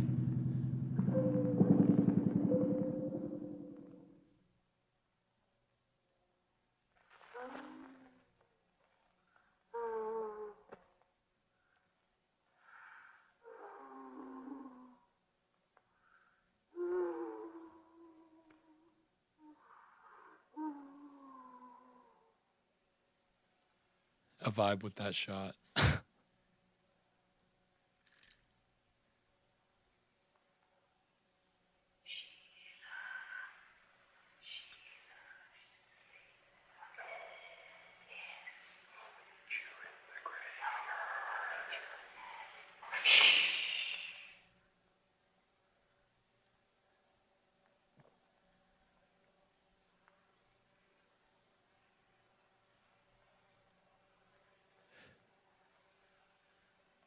Ghost in the hallway.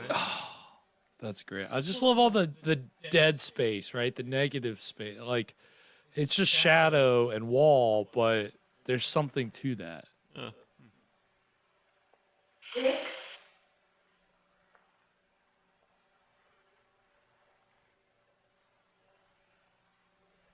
Do you have anything on the cinematography? Dick? This was the only movie he shot as a cinematographer. Daddy? I think the house is probably more the, like, they're just taking advantage of the shot of just how the house is.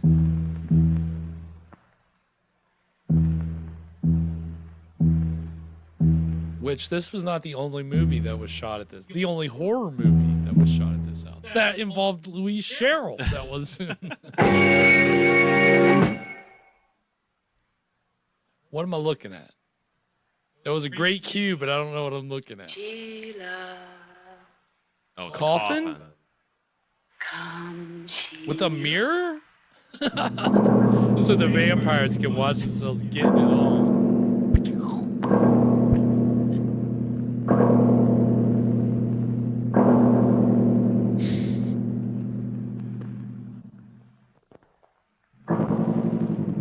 Yeah, I'm surprised that in What We Do in the Shadows, Nadia and Laszlo don't have mirrors on their Ghost horse, Evan. Would they show up though? It's the Thunder Riders. To the rescue. Gene Autry. Being haunted by the ghost of Gene Autry. He's not dead.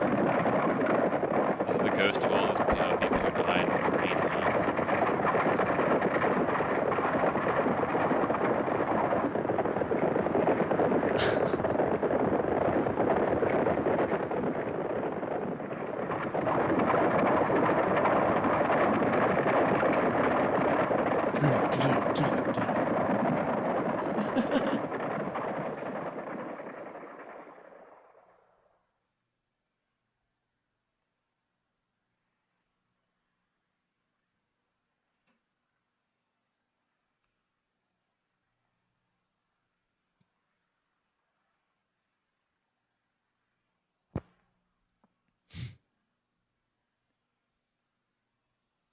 Did anybody else hear that? Hear what? Let's go down and stay in the library and try to stay the night. We'll stay together. Gabby? Yeah, well, aren't y'all just gonna try to stay awake the whole night to begin with? Yes. All-nighter. Yeah, just think about your Ferrari. That'll keep you awake. Do you think that Don Knotts was planning on going to sleep when he stayed in that house in the Ghost of Mr. Chicken? No. He was going to stay up the whole night. Because he was a scaredy cat. He wasn't going to close his eyes once. Feeling better? Yes. What do you make of all this, Gabby? We most definitely have had a visitor from the other world. All we have to do is wait for it to reveal itself. Very good idea. I'm waiting for someone to suggest that. Now's the time to make contact. The one bald dude seems like the most likely came to suggest that idea. I'm glad you decided to stay. Well, I admit it's getting to me. Patient.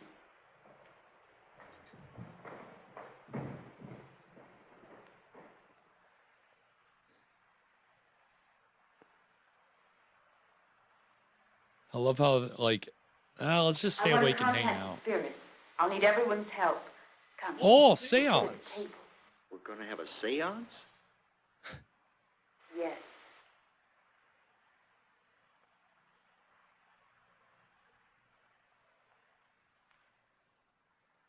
Whoa. Summoning the Holy Ghost. Guess so.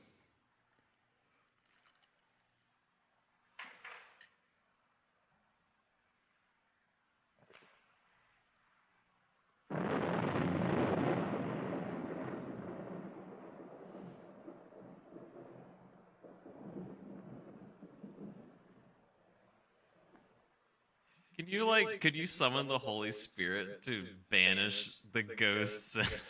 You would hope Ghost so. fight. I need you out here, Holy Spirit. May I just sit here and watch? If you wish.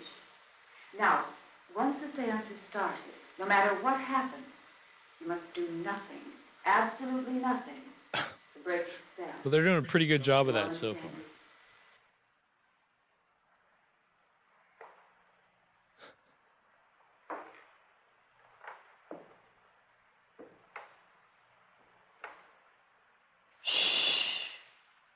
Relax. Concentrate. Remember, Sheila, don't fight it. Now, I want your complete attention. That's a great question, Alana. That's what y'all said earlier. It's so quiet in the chat tonight. It's because Sears and Kathy aren't. Oh, wait. Well, Kathy's here. Sears isn't in here. Blowing it up. Relax. Concentrate. Relax. Concentrate. We're here at Hanley House. We want to find out what's happening here.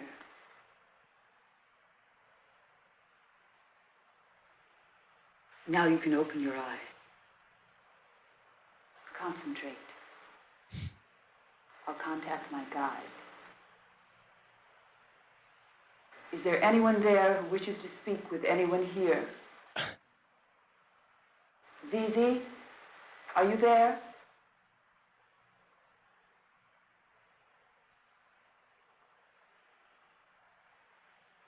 Zizi,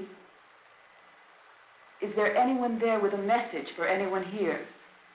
They don't have the Ouija board.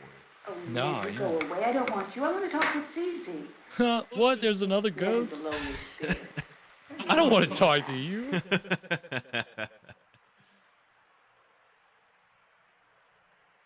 Meta, was that you misbehaving here this evening? Are you sure? She says she's never been here. Well, was it anyone else? I mean, anyone I know. Oh. She says only evil spirits come here. Evil spirits? Yes. They were evil in life, so they're evil in death.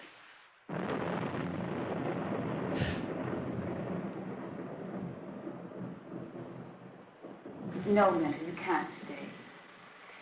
If you'll go away, I'll have a seance just for you. Yes, very soon. It's your own showcase. You can do a tight hour. It was nice. She's gone. I have to do nothing. Oh, Zizi. Zizi, can you tell me? Zizi? Zizi! She dashed away. Seemed frightened. I've never known a spirit to be frightened before. Is there anyone there who wishes to speak with anyone here?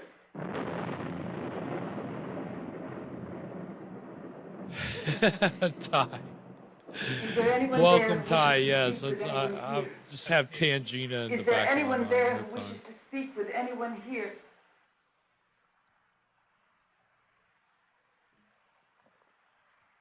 I was lucky enough to catch that part of Poltergeist on TV the other day. That's if you're gonna just catch any small Is portion. there anyone that's there the part who to catch. wishes to speak with anyone here?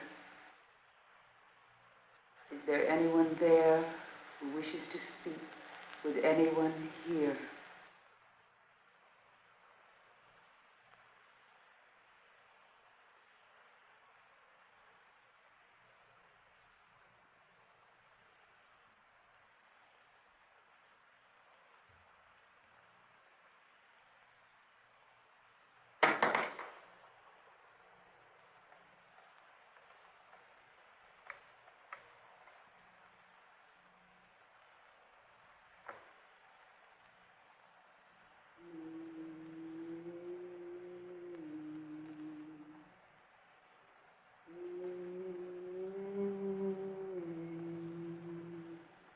is that? Oh, shit. The table. Where's the flashlight? It's on the card table.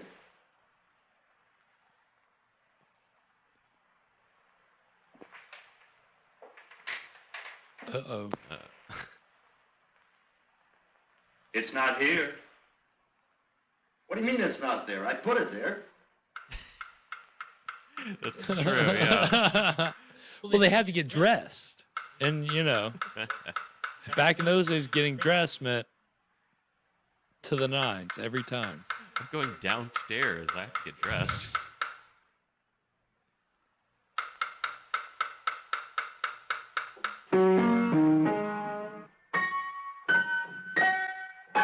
I was going to say, it's a cat on the keys, but... Play your piano. Let's go. You go. I'm staying. Come on, Gabby. You can research another time.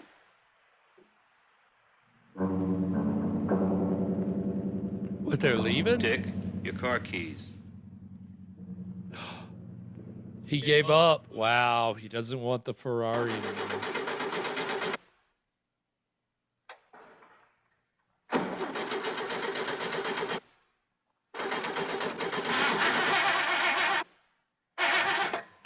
The total stoppage of noise is like such a shock every time. It's so it's kind of jarring. Discord. Yeah, jarring. That's the word.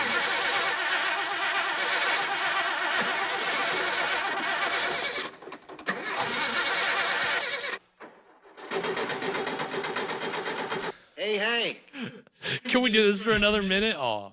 My battery's dead. Keep going.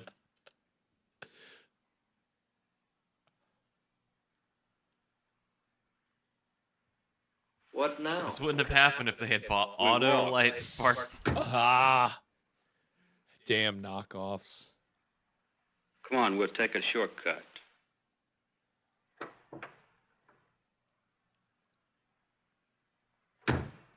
And that is going to take us to our second break. Well, we're 2/3 of the way through Ghosts of Hanley House, and we've gotten a little bit more supernatural activity. So what are you thinking so far? We're definitely in the spooky things are happening. We've got a ghostly presence.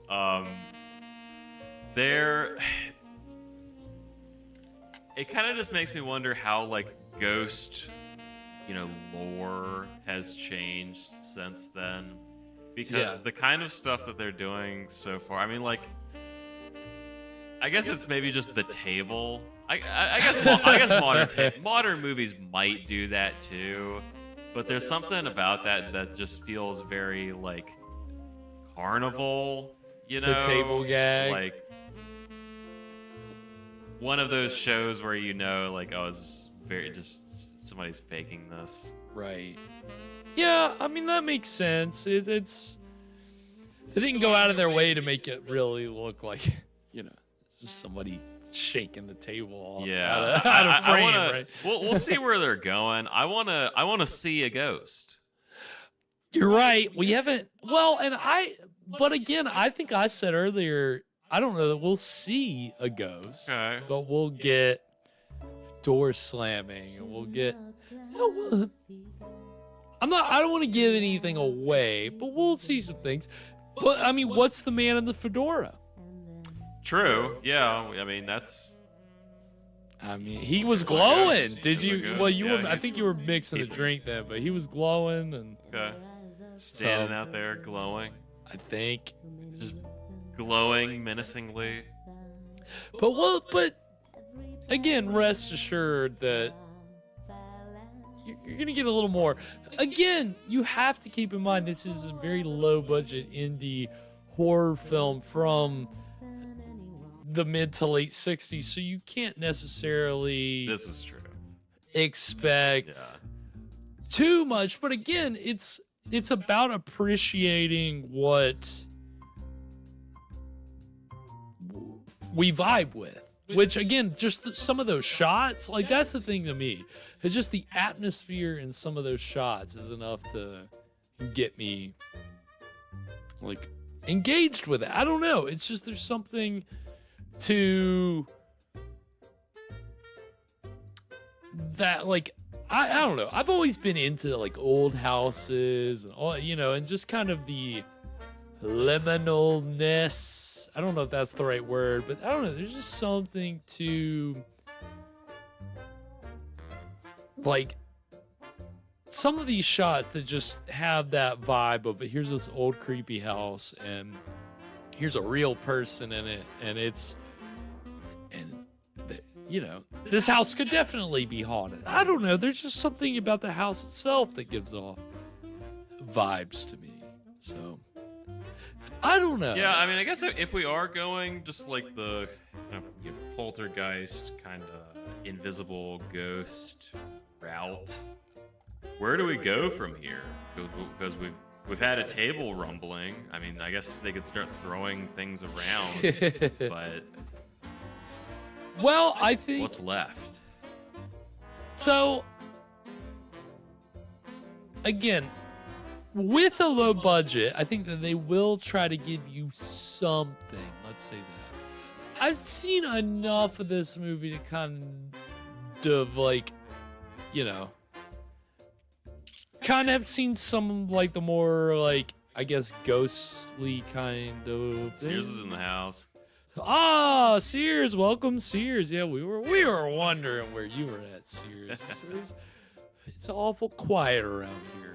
So welcome Sears. Yes, we're 2/3 of the way through our feature presentation of tonight, Ghosts of Hanley House, and our protagonist may get that Ferrari yet. Yeah, they're even though they were trying to bail, isn't letting them.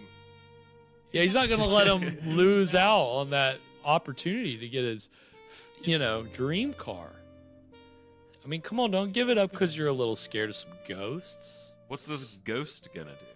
Yeah, God, is it really gonna? It's gonna play the piano at you. Yeah.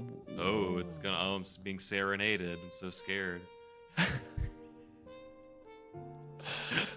I mean, I think I'd be flattered if a ghost chose to haunt me, you know? Right. Well, yeah. I mean, it's funny the way that the, God, what is her name? Gabby, the way that she has the, like, a contact in the spirit world. And, you know, just, oh yeah, I just talk to her all the time. We're just friends. It's my pen pal. Yeah, and then, you know, she's like, oh, there's nothing but evil spirits around here. I'm out of here. Count me out. So, I don't know. The seance scene was, you know, it wasn't anything amazing, but it was a seance. So,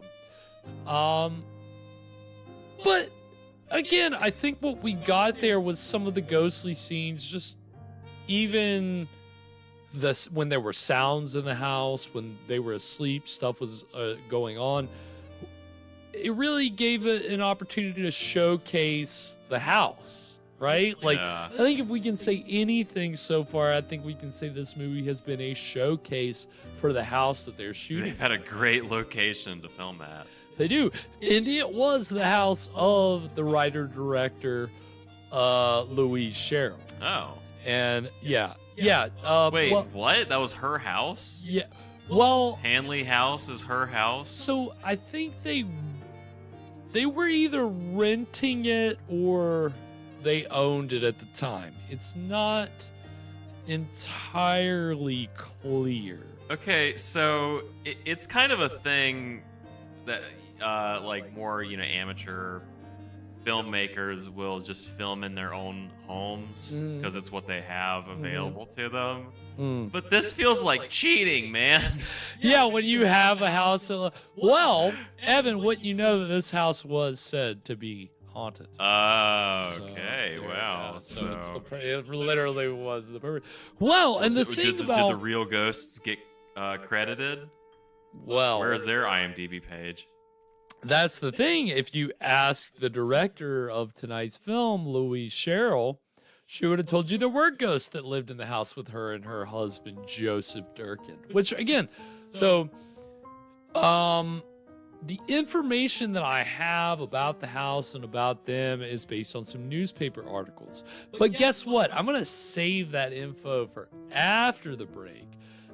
Before the break, just kind of more generally about the making of the movie and about Louise Sherrill. If this movie was produced in '64, then a lot of people believe that her main influence was a movie that came out the year before entitled The Haunting, which it was Alana mentioned earlier that it seems like there's some parallels with the characters of Sheila and Gabby, who are two characters in The Haunting, Theo and Nell. And it's funny because I actually saw a little bit of The Haunting on TV today. The Haunting is one of those perennial like Halloween movies. Like TCM always plays it, and it's a good quality movie. It's a very it's a studio movie directed by one of the guy who directed Sound of Music directed The Haunting. So like a very big time Robert Wise, who like did a lot of like big movies. That was his big horror movie, was The Haunting, and people love The Haunting. He did The Sound of Music in a horror movie? What? Yeah, well, no, that's the thing. He was the kind of studio director that he could do almost. He also directed Star Trek the movie. Oh, okay. So yeah, he he's would all do. over He the just place did. then, He yeah. did The Day the Earth Stood Still, which is a very famous sci-fi movie. Robert Wise did all different kinds of movie. If you go look at his filmography, you'd be surprised what all you find on there. But The Haunting was a really. Oh, and Robert Wise actually got started with Val Lewton, who was the head of the RKO horror unit in the 40s. So Robert Wise was helping out on like Cat People and like all these like 40s horror movies. He actually got his start. He got his first directing job under like for a horror movie, and then became like a big time like studio director.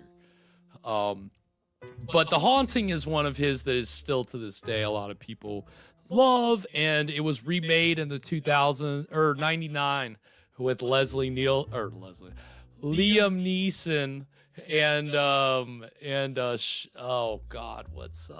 Owen Wilson and Catherine Zeta-Jones and from the director of Twister, and it's ho-hum. It's like got a lot of special effects, but it came out the same year as Blair Witch.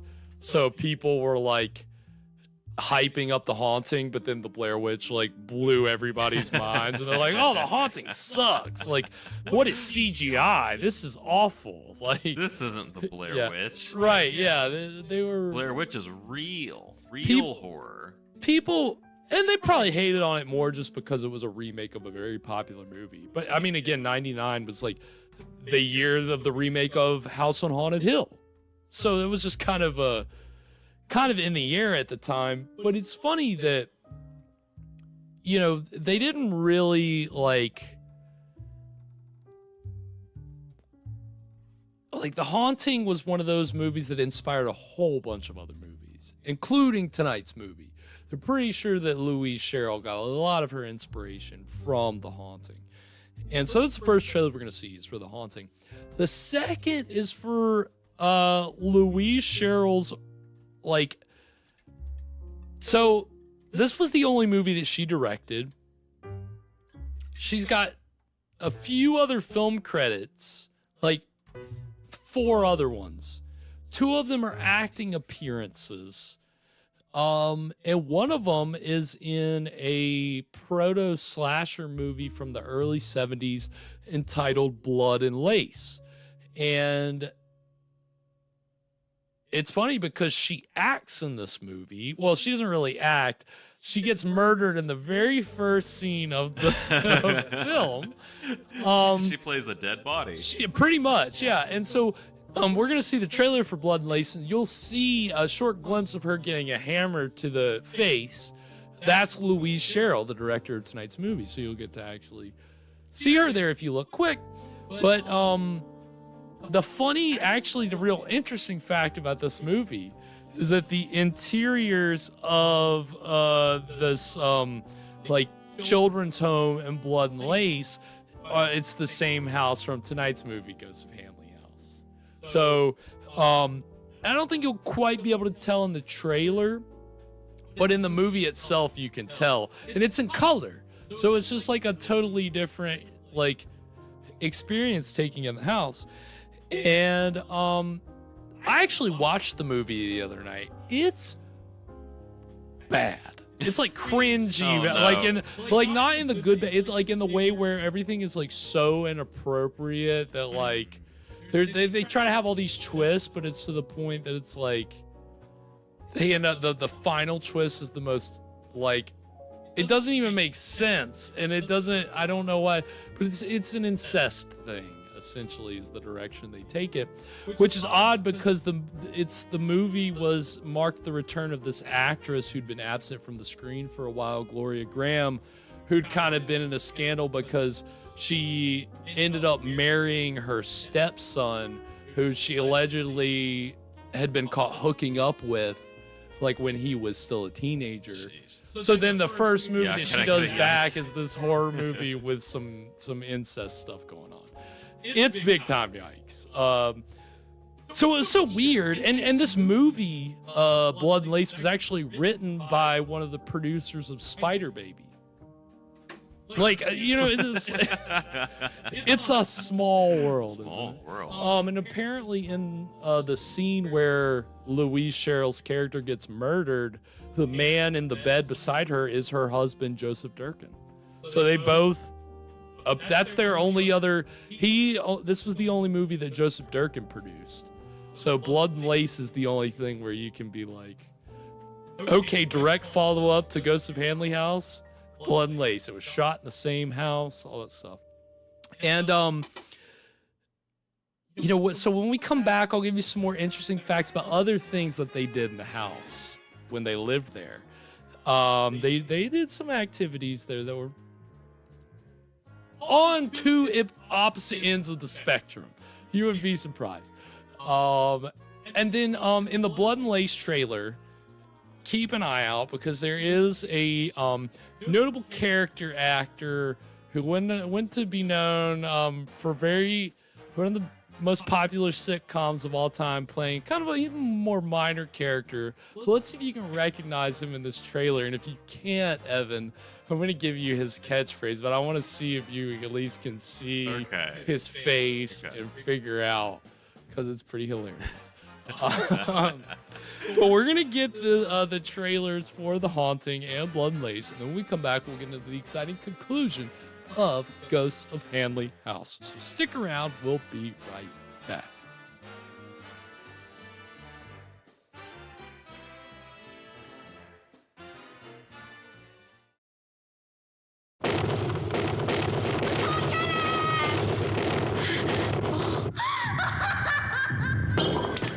God, it knows I'm here. Look, I know the supernatural is something that isn't supposed to happen, but it does happen. Now look, Doc, we're buddies, okay? But don't try to convert me. I'm trying to prepare you. My name's Marquis, Dr. Marquis, a scientist interested in the supernatural. The unnatural, if you like. I came to Hill House to find the key to another world. Assisting me in this exploration of the unknown was Eleanor, Nell, who could look back into the past, and Theo, something of a witch, who could see into the future. This is Luke, who didn't believe in anything, until evil, patient and waiting, made him change his mind. Stop it! God. God. Whose hand was I holding? How many of us take seriously the things we cannot or do not want to understand, simply because we are afraid? Elena, your phone! Did you hear me calling? Oh, this house. You have to watch it every minute. The Haunting was produced and directed by Robert Wise, brilliant producer of West Side Story. The stars consist of a cross-section of top talent in the world of entertainment. Julie Harris, Claire Bloom, Richard Johnson, Russ Tamblyn. What does it take to convince you that the dead do not always rest in peace? That some houses, like Hill House, are born bad?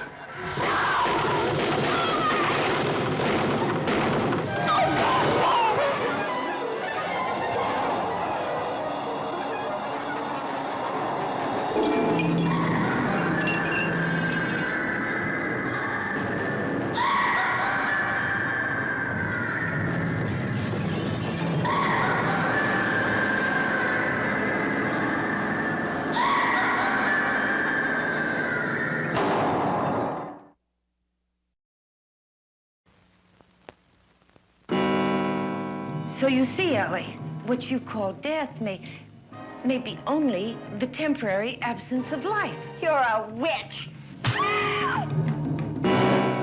Terror strikes again and again. Someone tried to kill me last night, and I know who. It was just a dream. I'm not staying here to be killed by some maniac. Blood and lace. How many faces does terror wear?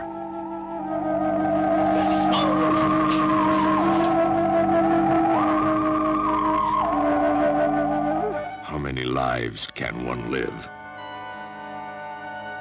That's the way you like him, huh? Nice and young? Don't worry, Walter.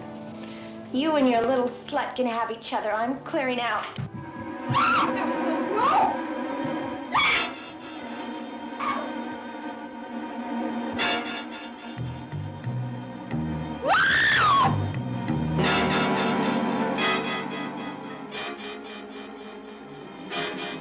She searched through the dark corridors of the unknown, only to find the unbearable.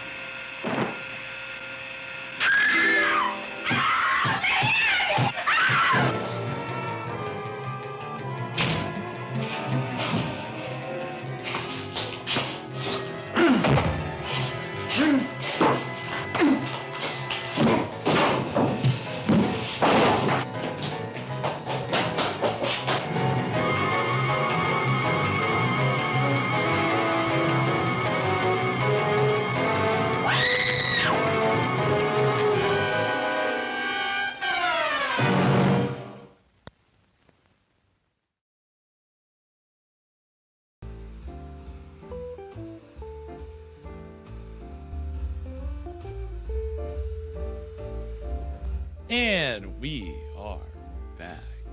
So, yeah. Jerry, hello. Yes, you're right. Jeffrey, you know Jeffrey's working in the parks department now. You gotta love anytime you spot, like, sitcom, just like somebody who played a character that's like, oh, Uncle Leo. Yeah, oh my God, that guy who played Uncle Leo. Len Lesser, yeah, he's great. Yes, Sears and Dennis Crisper's in that as well. Very early role for him. Surprised to see him in that movie. Yeah, it was not an enjoyable movie. It was thoroughly just felt icky by that whole movie. So, but it was research. Again, the fact that they used the same house from Ghosts of Hanley House in that movie. I was like, okay, well. And that Louise Sherrill was in it.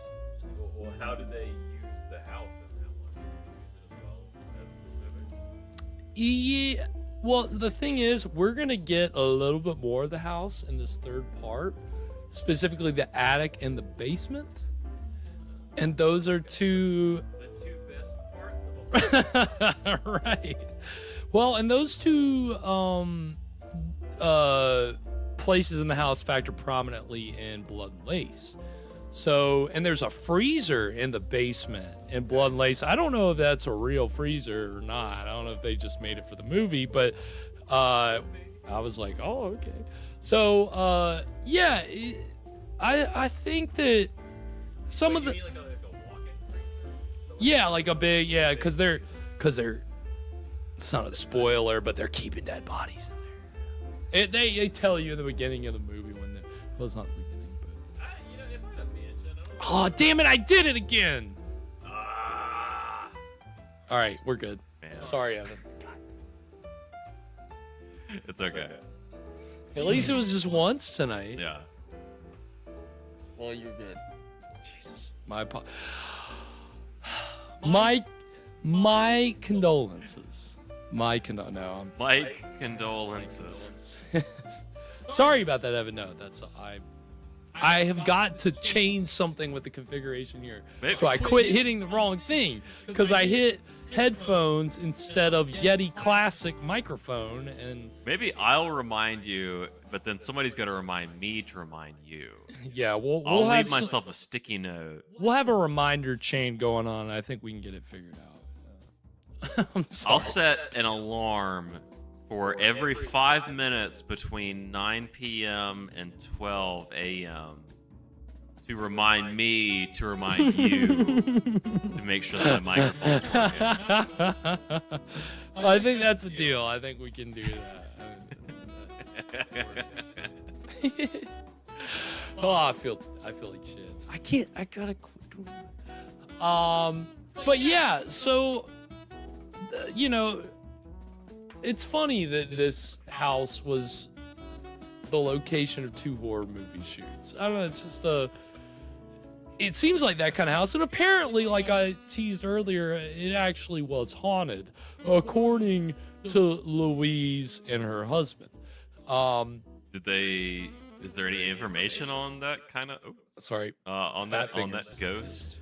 Real ghost. I don't have specific information about the ghost, but I do know that they basically did throw their own ghost party at the house. Ghost party? For a very prominent society at the time. Well, in the horror movie community, because apparently Louise was a horror movie enthusiast, which you're like, it's 1964. What do you mean this woman's a horror movie enthusiast? But no, but like that was the and especially our monster kids out there. If you were a kid back in the 60s, then you know that it was a craze, and that there was kind of a circle of horror fandom, and especially that involved knowledge of the classics. So I think Louise Sherrill, I think she's a fan of the classics and all that, and so she ran in horror movie circles apparently, but she also ran in circles from the exact opposite direction. But I'll explain the horror movie circles first. Okay. So apparently in, hold on, I had the keyboard on my fact sheet. So I had the keyboard on my fact sheet. So in that's like, so there was a 1967 article in the LA Times from December, which, why are they doing this in December? But they held this party for the Dracula Society. Okay. And you're like, what's the Dracula Society? So it was just sorry, got that wrong. The Count Dracula Society. Oh, okay. Let me get that right. So it was the Count Dracula Society. Wait, sorry, is it the Count Dracula Society, or is it just Count Dracula? We're gonna leave that up to interpretation. But they had them there in their supposedly haunted house, right? Apparently they didn't see any of the ghosts that day, but there's like 2 or 3. No, they didn't. But you're like, what is the society? What are they like doing? It's just a group of like horror fans, but that also included prominent people in the community. Some of whom included Robert Bloch, who is the author of Psycho, and a bunch of like pulp fiction, like horror stories that appeared in like magazines, and like his stuff was very widely circulated after Psycho. And so he became a big name in the 60s horror community. And he apparently did like a panel here. And they also had the director Curtis Harrington, who did a movie that we'll end up watching on the show called Night Tide, which is like, it's like about a mermaid witch. I don't know. It's interesting. Well, it's got Dennis Hopper. I've been saving it. But he was also in attendance at this gathering. Yeah. So at this party, did they paint all over the walls like they did at the Biltmore house? You know, I don't know if they let him go that buck wild, but I do think that It's a mansion. We've got plenty of rooms. Paint all over the walls. Well, apparently the group came to the consensus that horror movies had lost their horror. That was like the group's big, like what they were meeting about was that horror movies weren't like the old ones. They didn't have the power of the Phantom of the Opera 1925 with Lon Chaney Sr. You know? You want to talk They just about, don't make them like they used to. Right. You think we sound like we're harping on old movies. You should have heard these. No. I mean, I understand. We understand where they were coming from with that. But it is funny that, you know, there was an article in the LA Times about this in December. The Count Dracula Society met at the home of Louise Durkin and Joseph Durkin, and their ghosts, they said their house was haunted, but the ghosts didn't show up, and they all decided that horror movies had lost their horror. It was like, what is this Slow article? news day, or? Well, apparently Louise's husband was in PR. Oh. Doesn't that make sense? So that's why there's a few other articles, and that's how I found about the other side of their activity at this house, which was apparently hosting GOP fundraisers. Doesn't that They live in a mansion. That's like not, I mean, the GOP businesswomen's, so like, you know, just like all this, yeah. And I would not have, you know, like the horror community. It's pretty, like, people from all sides of the political universe. But it's so funny to hear of this, like, specific director, and it's like, oh, she's throwing parties for the Count Dracula Society, and then she's hosting galas for the GOP. Like, what is this woman? Like, how is there not more information out there about Louise Cheryl, aka Durkin? Yeah, interesting lady. Very interesting lady. Interesting life. With an interesting film. And we're about to get into the conclusion of it. And again, it's brought a lot of atmosphere. I think it's brought some vibes. I don't know. Maybe we'll have some debate about that at the end, about just how much. But, oh, Alana, that's so cool. I see. That's what I want. I want to live in a very old house. And if it's haunted, I live better. in an old house, and it creaks, and every time it creaks, I don't think, oh, cool ghosts. I think, oh, God, a raccoon or something has gotten into the attic. Yeah, that's very sensible. That's the way to do it and not get your hopes up about maybe there's a ghost in there, which I certainly would. But yes, we are about to get into the exciting conclusion of Ghosts of Hanley House. Anything before we get into it, Evan? What else do you think they were doing at the Dracula Society? Do you think the party? Do you think they had like a look-alike contest? Ooh, that would have been good.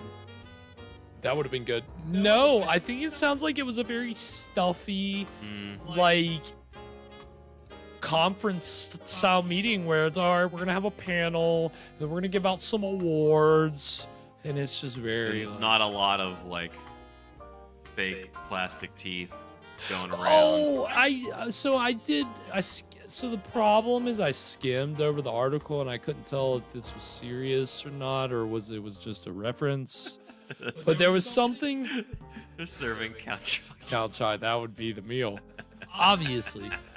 I think that apparently there was something about them like giving out props from some Roger Corman movie, or them having a prop and it was used in some way.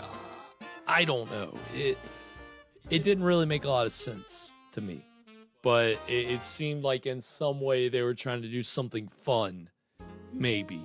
So, well, and obviously telling everybody the ghosts are going to show up, so everybody's getting excited about that.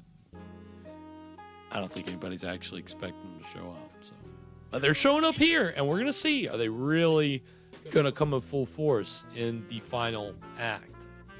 I don't know. Did I already ask you anything before we get into it, Evan? Yeah. I think I did ask you. Ready.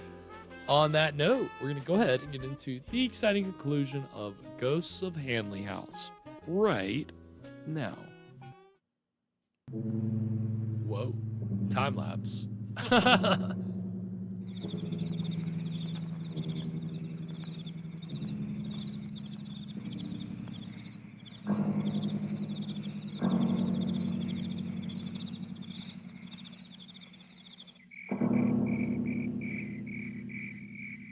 Oh, I forgot about the acid connection. I'll tell you later. Wait, save it to the end. I can tell you, I don't know. I don't want to miss anything. We're outside. I mean, that's new. Yeah.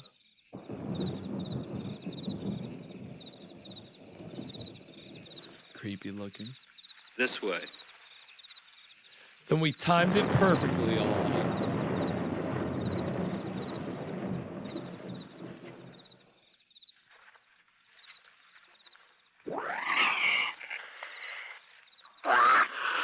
Okay. There's your ghost cat. Yeah, watch out for the ghost mountain lion out here on the mansion grounds.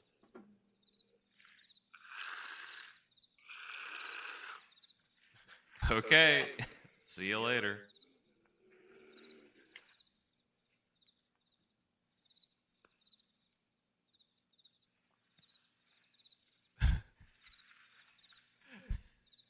Okay, it kind of resolved itself. Let's just keep walking. What is this, like a fucking forest back here?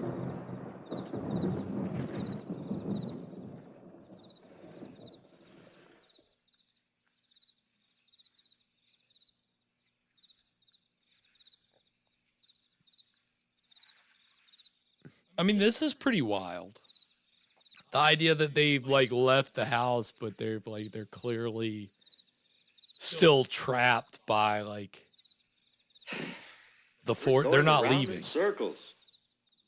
Blair Witch. Yeah, it's pretty Blair Witch. Come on. Let's go back to the fort. Take the other path.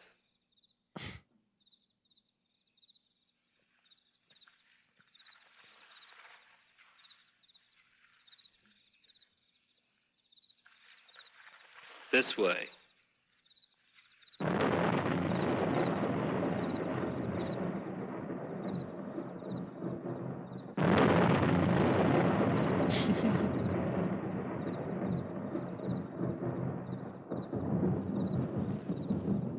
Okay.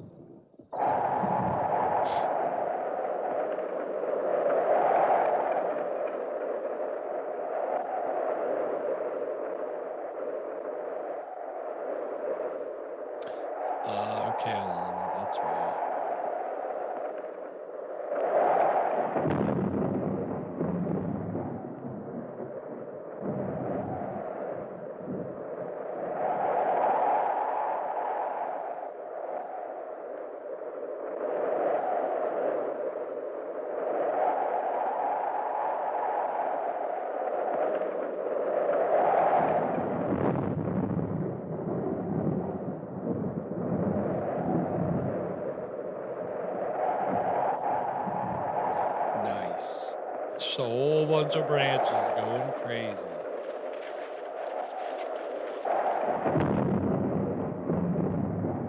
Hurricane. Haunted. Hurricane.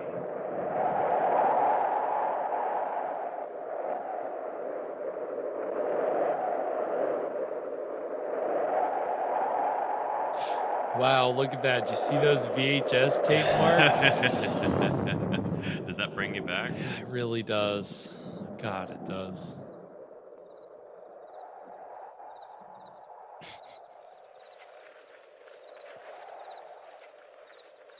The wind died down.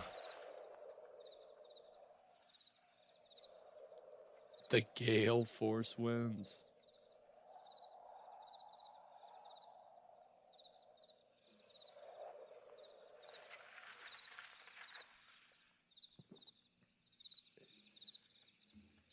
This does feel like a wild diversion, doesn't it? Yeah. Yeah, if they're going out, are they going to go back? Well, they'll just circle back around eventually, right? Yeah. I guess I've seen plenty of modern movies that do that, though. They try to escape, and they kind of get away, but then they end up having to come back Hanley to House. finish the...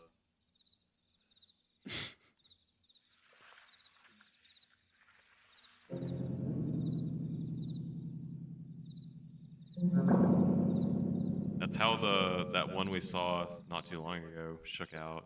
Screaming Skull? No, the one that we went and saw in theaters.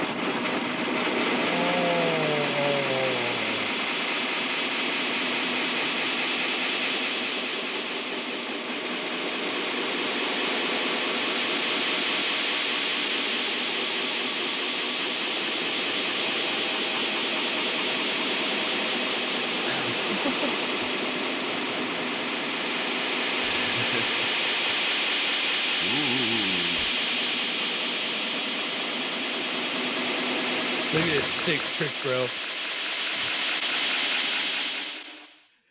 It's trying to communicate with us. It's saying, We'll check go out my inside. sweet No. vape tricks. We can't break the spell now. No, I'm not going back in there. We have no choice.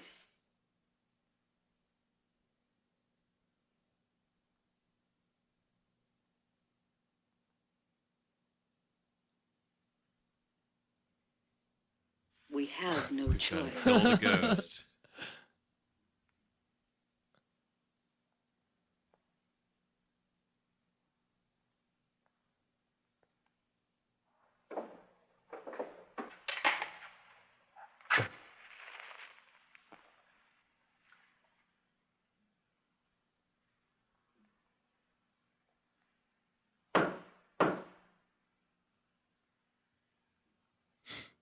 All this knocking.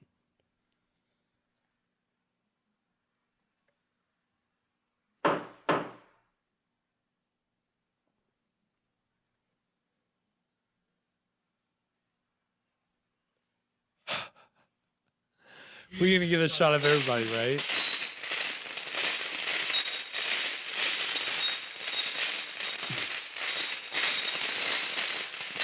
Rattling chains. Classic. Ebenezer Scrooge. Which is the only other kind of serious ghost film that you got. is Christmas Carol. Christmas Carol. Gosh, man, I feel like so many stories can like trace their roots back to the Christmas Carol. We try to communicate. Oh, absolutely. It knocks again. In the name of the Lord, what do you want? I made contact, but it doesn't want me. Perhaps it's Sheila. No, don't be afraid. I'll tell you what to say.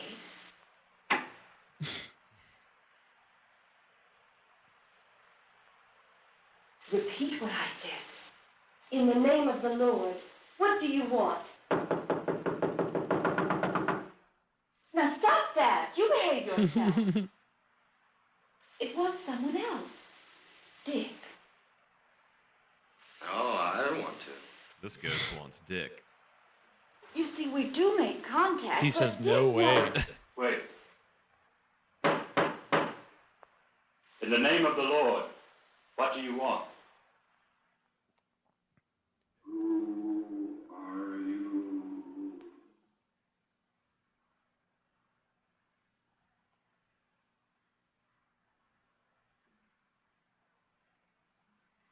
Henry McIntyre. What are you doing here? We What came because is of your you. name? Can you tell us what you want?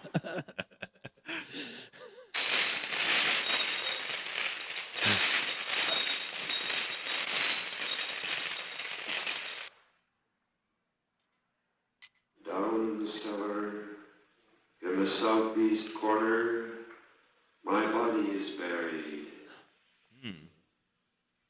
In the garden beneath the rose bush, you'll find my head.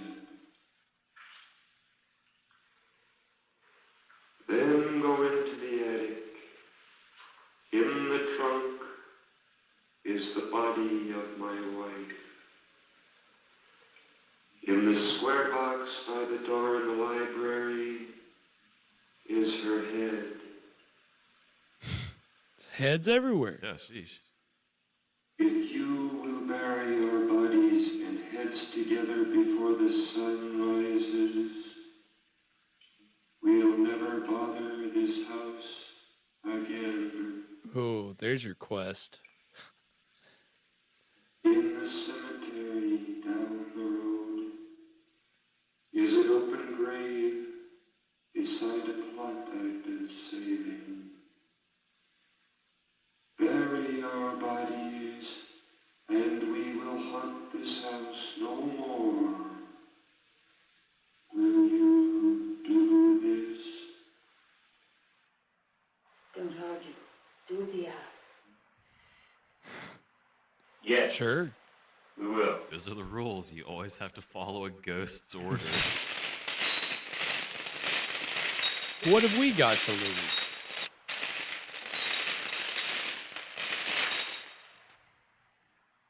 A warning, a curse upon he who committed this hideous crime. Hideous. His soul shall not rest in peace. His spirit is doomed to roam the countryside through all eternity.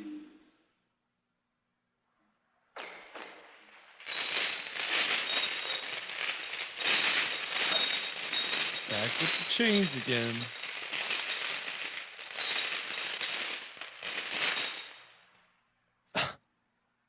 Oh. What?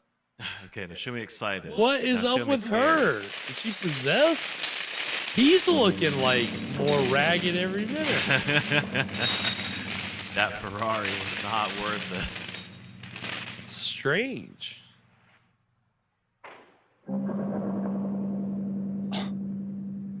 Come. We've no time to lose. No time to lose.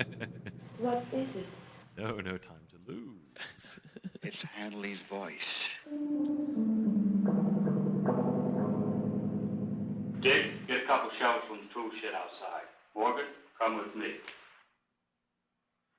We're gonna stab this ghost to The death. cellar first. Oh no, we're gonna go take the head and bury it and do what the ghost asks. Cool. Can we get like some heavy rock guitar? Yeah, I mean, yeah, it seems backing like up this whole like montage. what is the conflict now? We're Like, gonna just go do the go thing. put the ghost to rest.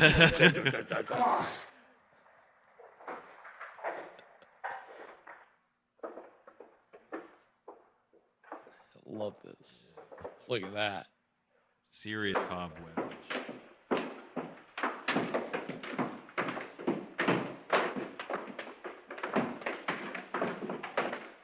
I guess we're in the basement. Not the buyer, you must be.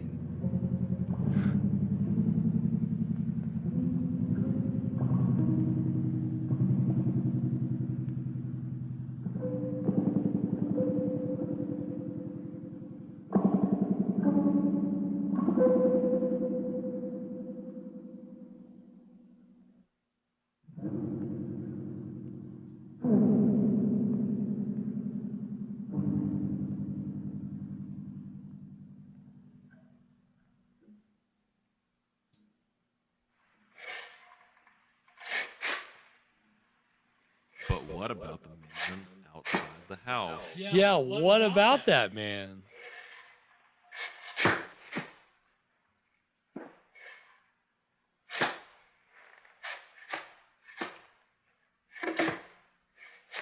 The box is there, just like the ghost said.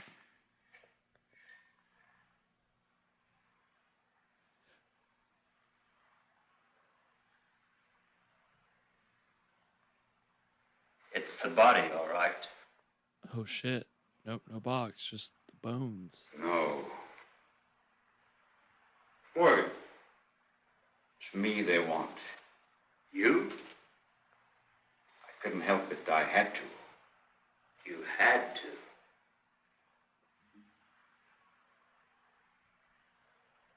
I couldn't take it any longer. They wouldn't let me go. All these years, they wouldn't let go.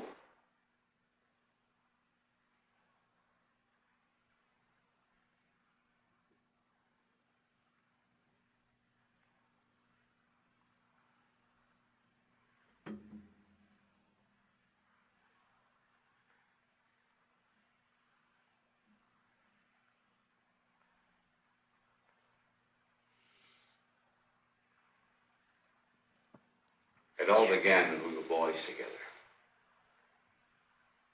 They were putting up a new schoolhouse. One day, Tom Hanley and I and another boy was playing there. The boy got down into the wall vaults. There was a large tram of fresh cement nearby. The tram tripped and spilled into the vault. The boy was buried alive.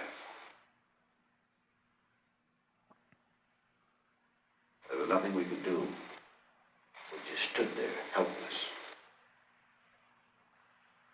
Tom said it was my fault that I tripped the tram. And nobody would believe it was an accident. Because everybody knew I disliked that boy.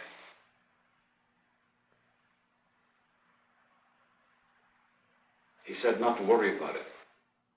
That he'd never tell. That he'd protect me. But he did want my new baseball bat. That was the beginning. All these years he's bled me. My business, my inheritance, must be close to $100,000.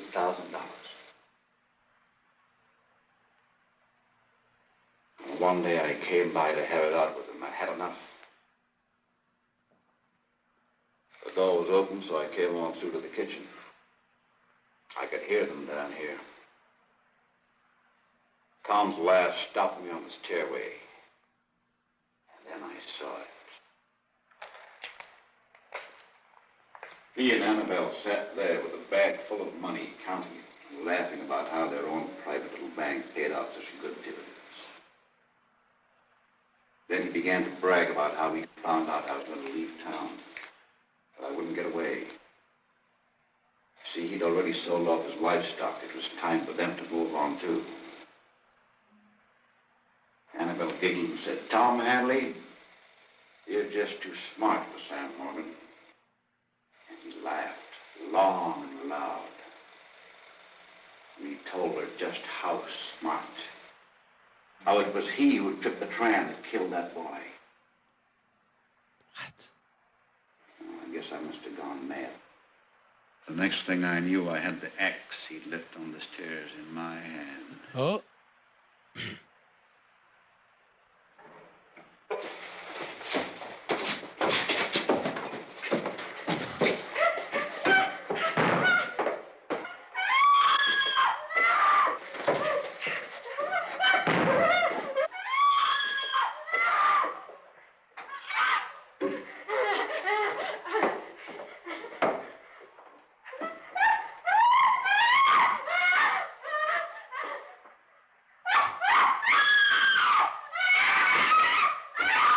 Oh, shit. Oh. Ah.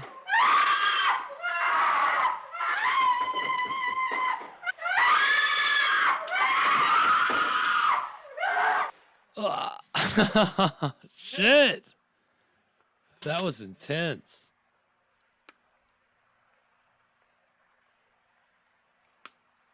Come. The attic.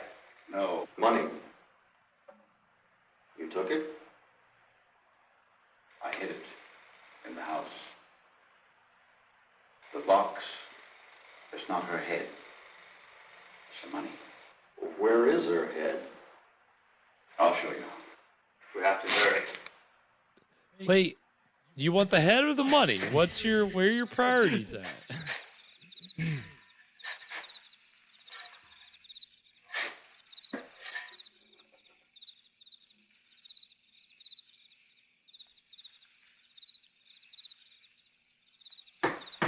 Okay, which box is this?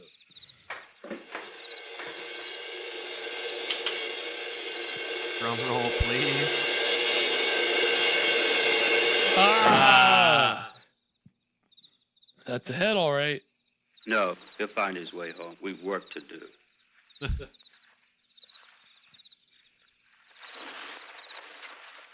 have a feeling it's not going to work out too well for this guy. I had to. I had to. I couldn't help it. I had to. He's going to get eaten by the puma.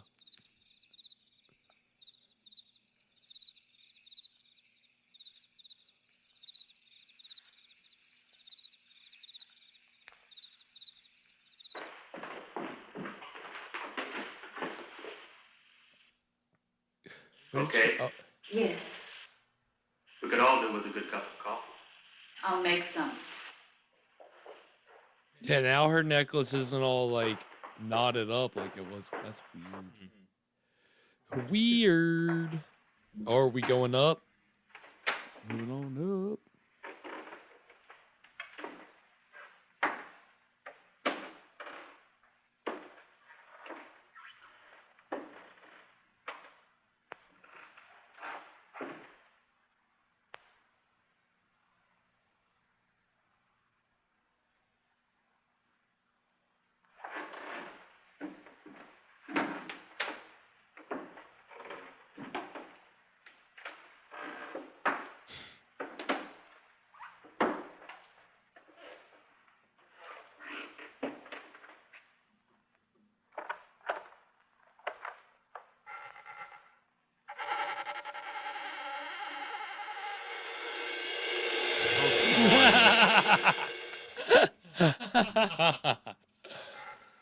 There was nothing there.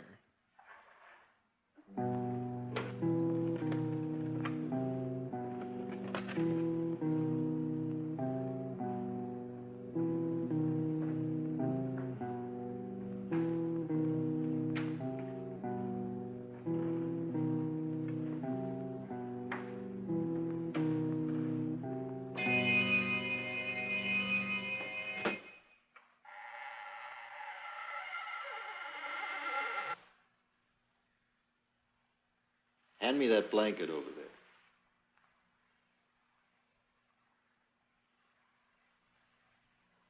Was the body? Oh, yeah, they have her body. Jesus.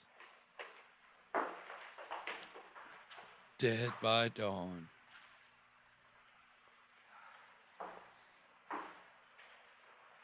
Wonder where we should look for the other part. Perhaps for something happened. Once here. There. The painting. The fireplace. The fireplace. What are they gonna get? Bones?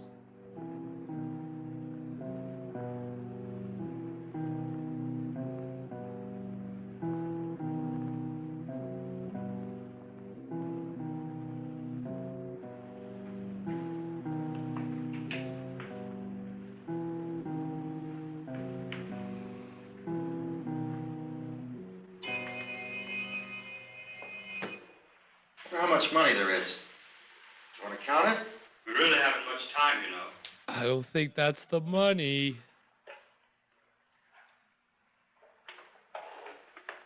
Are we gonna get the drum roll again?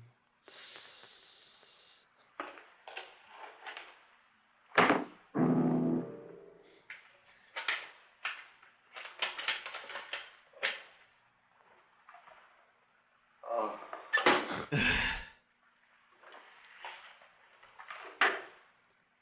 It's odd.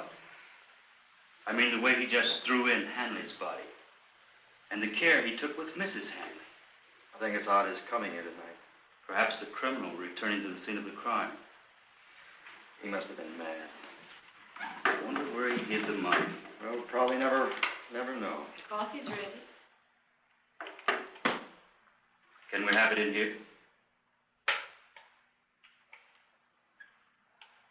Now we need lumber, another hammer, a couple of saws. Yes, Sears, I feel like I saw Take a measure from the tool quote shed. If we in hurry, my we can make research it. today that said something Battery similar. wasn't there, we could use his truck. I have a feeling it'll work now. You don't think we ought to notify the police? No, there's 4 of us to tell what's happened. Afterwards, they can check all they want. For now, we do as we were told.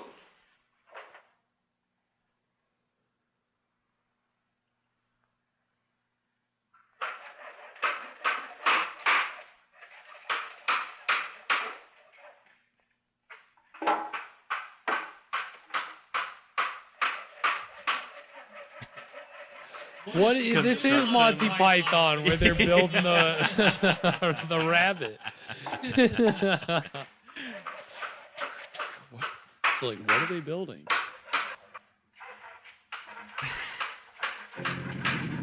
A coffin? Yeah, coffins. Well, they're being respectful. You gotta give them that.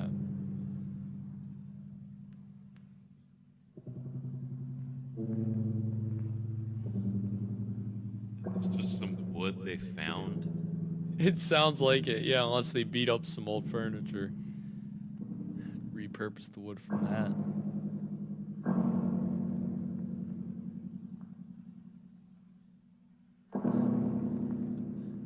Don't do another fade. Oh, alright, we're fading out. That's alright.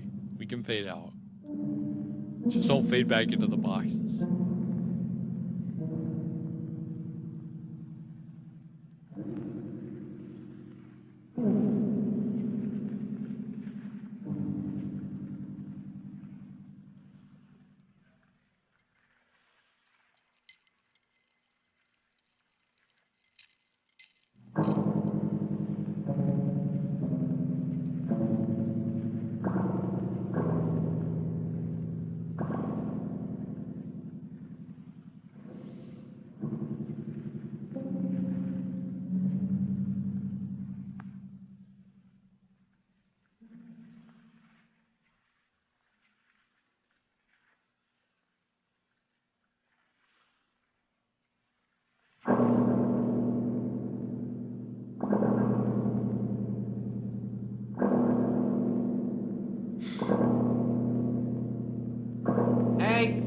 Over here.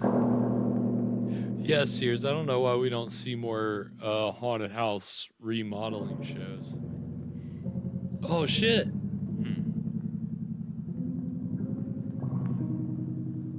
Ghost got him. Grave. Does he have the money? Stay back.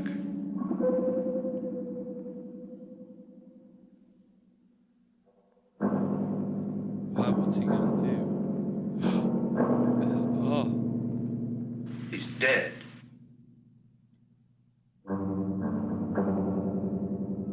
His neck's broken.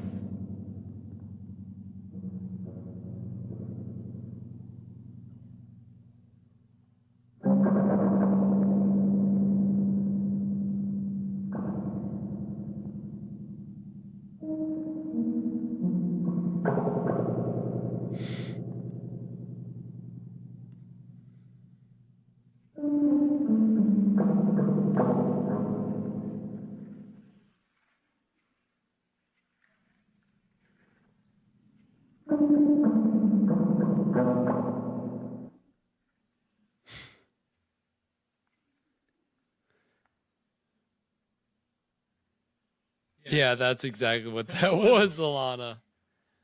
Big old fat red handprint.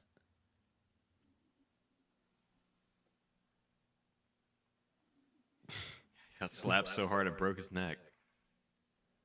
Got slapped so hard he went deaf. We're not hearing anything. Oh, wait, no, this is just how the movie's been.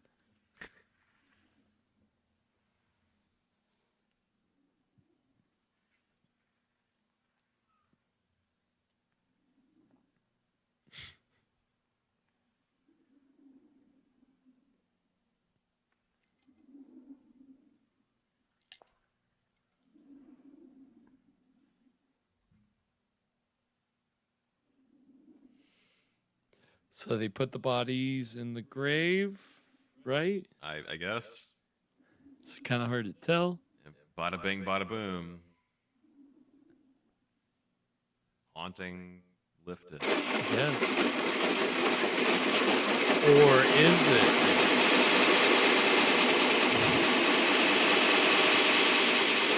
All aboard!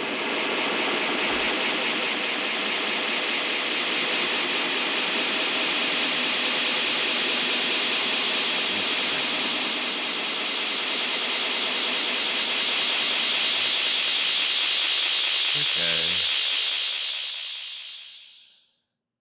That was Ghosts of Hanley House. What did we think, Evan? That was a pretty interesting movie. You know, there were, like we said, some of the more amateur elements do kind of give it some charm. Right. I felt like it slowed down a lot in the last third. I would 100% agree with you. Yeah, Like it definitely did. It came on pretty strong, but it Yeah. kind of just about the halfway mark, it kind of feel like it kind of slowed. It slowed down a whole lot. Like the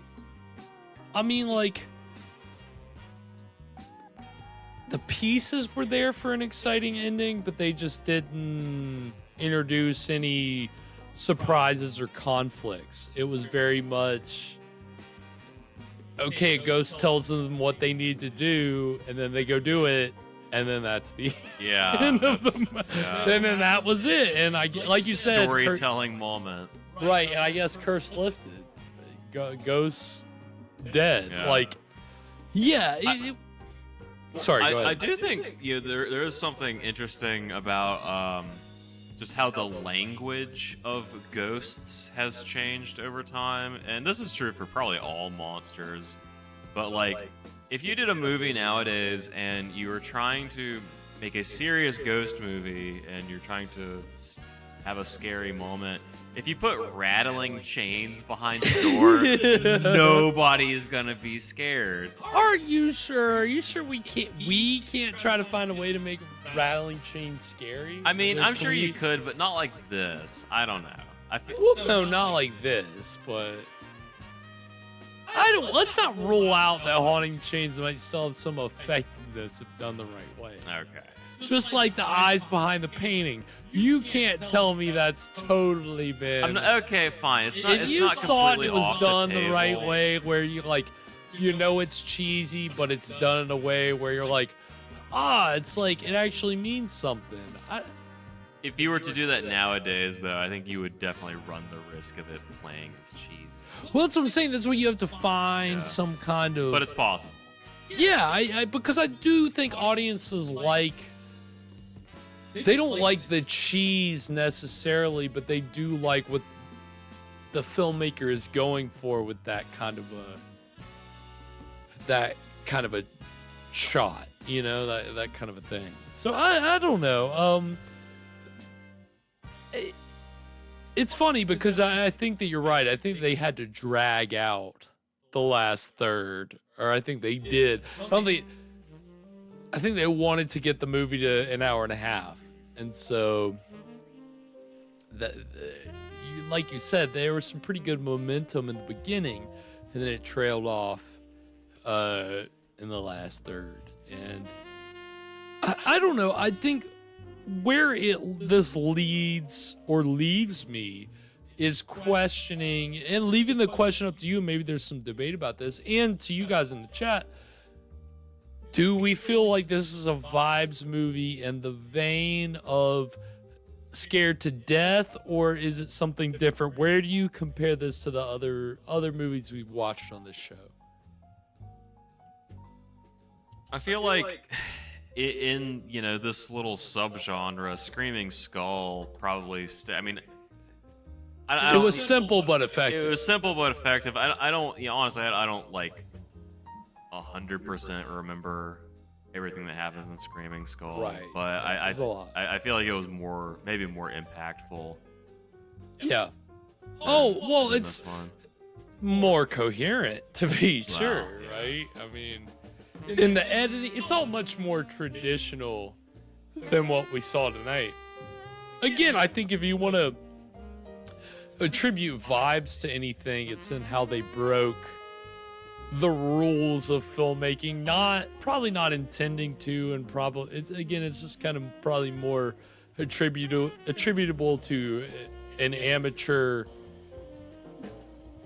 making these decisions versus, okay, I've had experience in Hollywood, here's how we do this.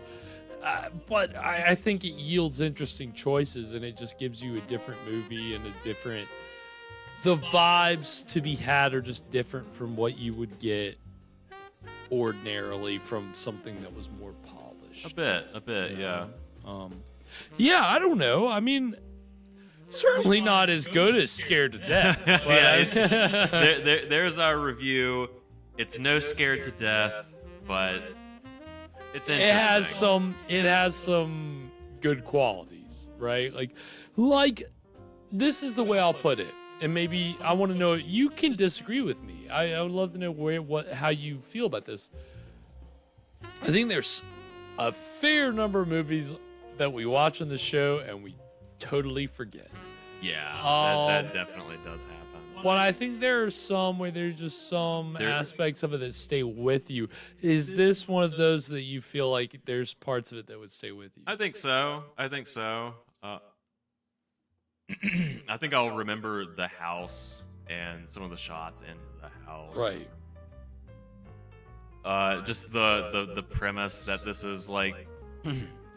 So it starts being. Oh, we don't know how it turned out with the stakes. Who did he get the car? Yeah, did he get the car? And also, it starts as a car bet, but then there's money in the mix at the very end. So it is more that regular. And it was not easy to track when that got introduced, right? Whereas in a normal movie, you're like, oh, we're upping the stakes now. Here's a scene that leads to this. It was like, I can't tell you when they figured out that there was money involved, right? It just kind of seemed to come out of nowhere, more or less. So, I don't know. I don't think I would have minded if it had just stayed about the car and just about these kids trying to get out of the house. And they run into so they decide to go on a boating trip, and then they stop on an island, and there's zombies. We've seen that many times. No, it was. I think that what I appreciate here too is the fact that all the haunting stuff was real. True. You know. True. Yeah. I think you have to. There's no cop out. It's just a real ghost. And I think you have to give it some credit for that. I think it would, again, we know how easy it can be for some filmmakers to cop out, but I think that they really did a good job here. Do you think having the ghost talk diminishes it at all? No, because I like a ghost that can communicate, and I think what helped is the fact we didn't see it. Maybe you were let down by not seeing a ghost? No, but I almost feel like if they're going for the invisible poltergeist presence kind of thing, if it hadn't talked and they had to find some other way to communicate with it, then that's like an additional source of conflict that maybe this movie could have used in the third act. Right, which again, it just seems like, and it makes sense for a first-time filmmaker that, your first two acts, you have plenty of stuff, you know what you're doing. But that third act, you don't know what you're doing. You don't know how to keep it interesting, and it fizzles out. And I think that's what we kind of saw, is just evidence of an amateur filmmaker, and the first 2/3 of the movie being pretty solid. And for somebody's first movie, it's pretty good. Pretty good movie. And unfortunately only because she probably, again, if she was a horror film fan, so I would love to have seen what a woman like Louise Sherrill could have done if she would have been given more opportunities after this. But unfortunately she wasn't. And even a movie like Blood and Lace that you know, she acted, and it seems like since it was shot in the same house, that maybe she had more involvement behind the scenes, kind of in a producerial role with that movie. So, you know, I think that obviously she would have loved to have had more opportunities to direct and to make movies like this, but this is what we get. And I think there's promise here, and it's sad that she didn't get more opportunities because, again, like you just said, for somebody's first movie, it's not the worst thing. Yeah, not at all. Ed Wood's, you know, fourth movie is, you know, no, I love Ed Wood. I'm not gonna talk shit about him. So what happened to the house? Is it still stand? I do believe it's still standing, and it was confused. So has anyone seen the director? Is she? No. Well, been that's lost the in thing. that house? You couldn't find any information about. I don't believe they owned the house after like the 80s, or there was a certain point where I guess, and I don't know. We don't know the fate of Louise Cheryl Durkin or her husband Joseph, or their production company that produced this was Victoria Productions. It's their daughter's name, Victoria. So that's another little clue. If anybody knows anything about, you know, this movie, the origins, again, would love to know more. Is she haunting that house? Could be.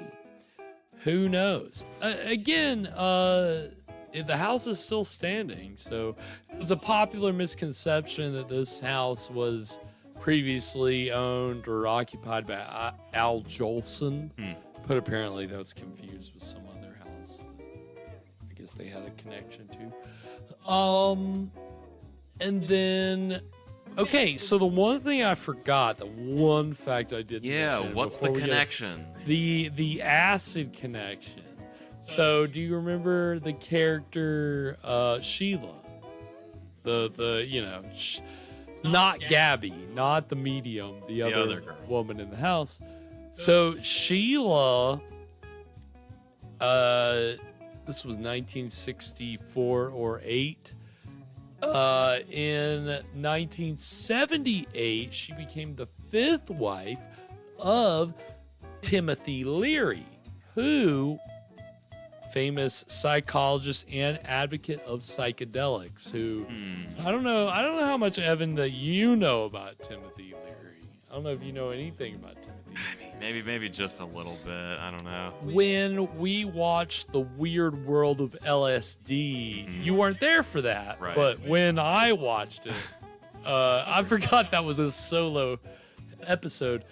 I believe that I went into some biographical information on Timothy Leary, and he's one of those names, if you know about drug culture and all that, or especially with acid, he was kind of big, and as a psychologist kind of in the university He was the guy who system. kind of like advocated for it, right? Yeah, in the university system.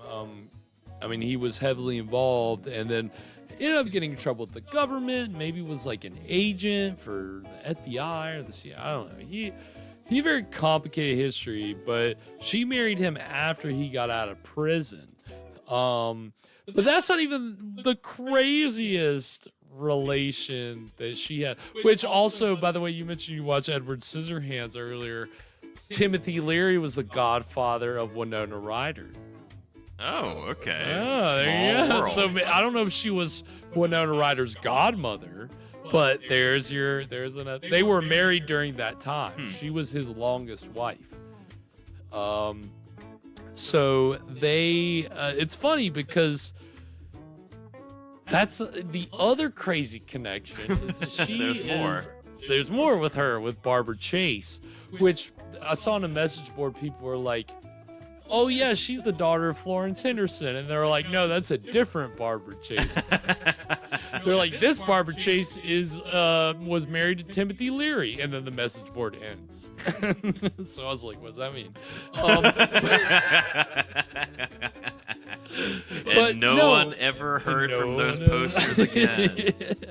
No, but the crazy thing is, she's the sister of Tanya Roberts, who, when I say that name, you all know, but she was a Bond girl in A View to a Kill. She played a Tarzan equivalent and Sheena, Queen of the Jungle. And it's more popularly known to mainstream audiences as Midge Pinciotti in that 70s. Oh, yeah, Midge. Midge. This is Midge's sister who is in this movie tonight. So that's the craziest fact of the night right there. Right? Yeah. Isn't that great? Had to get that in. I didn't want to leave that on the table. I would have felt bad if I looked back over my fact sheet tonight, forgot to mention that she was the sister of Midge. I mean, that's great. You That know, means I mean, something. that's kind of right up our alley. We're hanging out down the street. Yeah. The Same old thing. We Last did week. Last week. The whole show. No, that's amazing. But yes, so it's been great. This was kind of a perfect haunted house movie, in that it was great, but it wasn't. But we enjoyed it, but it was boring in some spots. But it was the perfect Scream haunted house movie. So had a lot of fun with Ghosts of Hanley House tonight, and keep it thriving in Shocktober. But guess what? That was the penultimate episode of season 11. Oh no!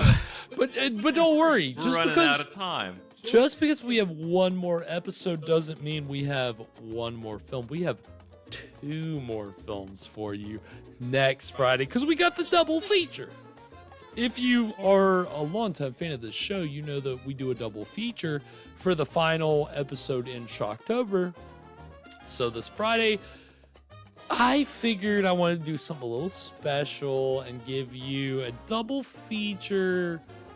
So I've been using the phrase Titans of Terror, right? To refer generally to horror stars, no particular tier. But if we're going to talk about the masters of the macabre, if we're going to talk about the true masters of horror, if you had to name 2, who would it be?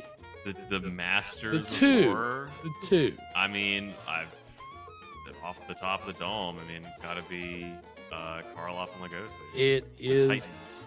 Karloff and Lugosi. And again,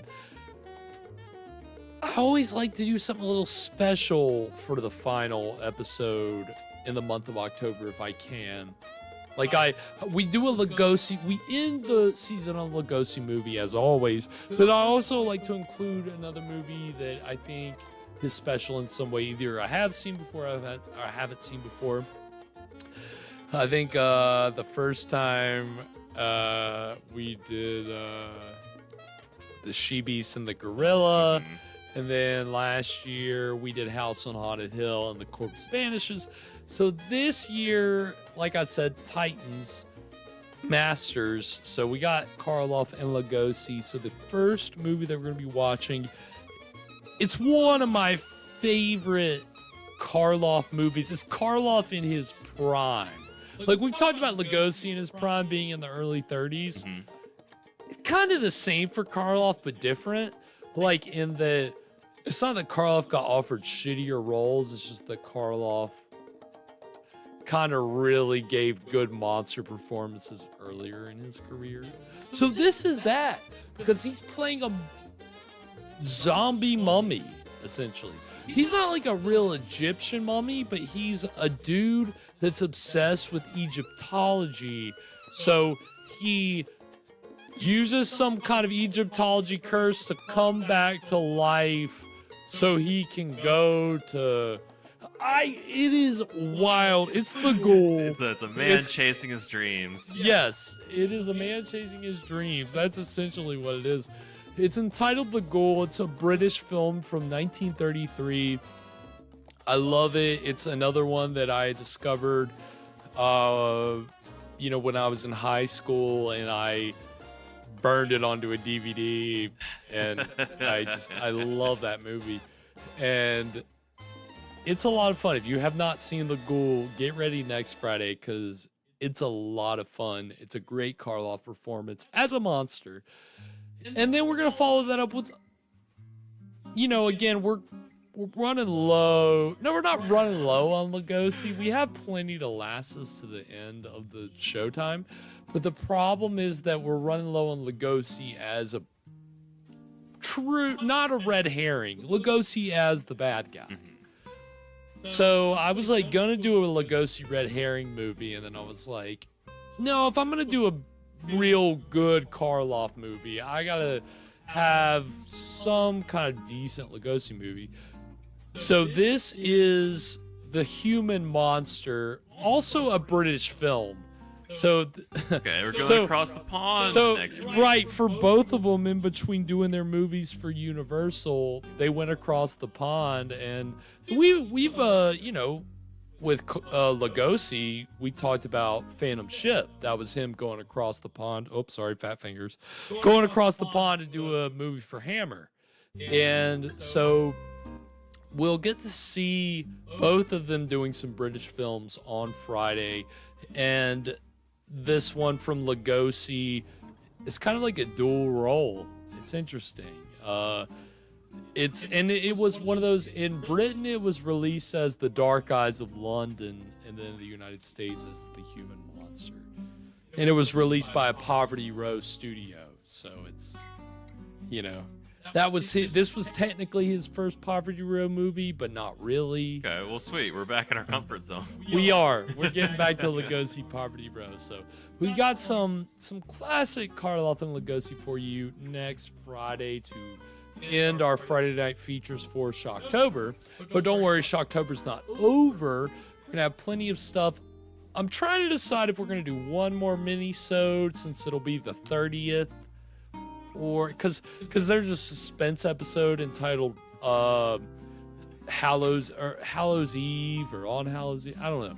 Something that I was like, it might be good to do, but I don't know. We'll see.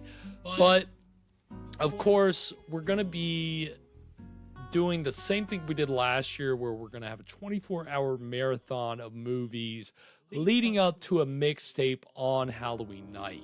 So the mixtape will be full of stuff for you to watch and enjoy. If you got trick-or-treaters, just hanging out with friends or hanging out by yourself, tons of good stuff for you to watch. And of course, for Mondays, we're still going to be having Spine-Tingling Tales. We're going to be posting episodes that didn't get posted on YouTube on Thursday. So we've still got plenty of stuff for Shocktober. More Manos Game. Plenty of stuff. But keep up to date with it on our YouTube page at ScreamStream Live. Like and subscribe. You can find us on all the socials at ScreamStream Live. And be sure to be on YouTube tomorrow. We're going to be having another Saturday Night Shocker Haunted House Edition. We will be showing Ghosts of Hanley House again. So if it's like, I need to make sense of that, there's more to this. You could do that tomorrow. I really appreciate those clocks. Yeah, right. If those shots didn't blow your mind enough, you'll get the chance to see them again tomorrow at, I think 7 is when that's going to start, but it's going to be like 3.5 hours. So, wait, 3.5? 4.5 hours. So a lot. And it's got trailers and cartoons. They're expanded Saturday Night Shocker. So definitely enjoy all the good stuff we've got for you all Shocktober. And of course, if you want to follow Evan or myself on the socials, you can find me over on Twitter and Instagram. Oh God, you can find Evan on Twitter and Instagram at Caligari Curse. You can find me over on Twitter at Spakenstein. Anything before we sign off tonight, Evan? So if next week is our Halloween episode, I know we can't see y'all, but we expect everybody to be in costume. We all got to dress up. We're all going to dress up. We're going to call the society. We're going to have a Dracula look-alike contest. That's how it's official. That's how we know. That's how we can give out the true awards if we're part of the society. So get ready for that next week. Again, thanks everybody so much tonight for watching. Kathy, Alana, Dogstar, Sears, Ty, everybody that was in the chat tonight and that just hung out. Thanks guys so much. Again, spread the word. We still got more Shocktober, so let your friends know so they can come hang out and keep celebrating all Shocktober long. Well, until next week, sweet screams, everybody. And to all a good Friday.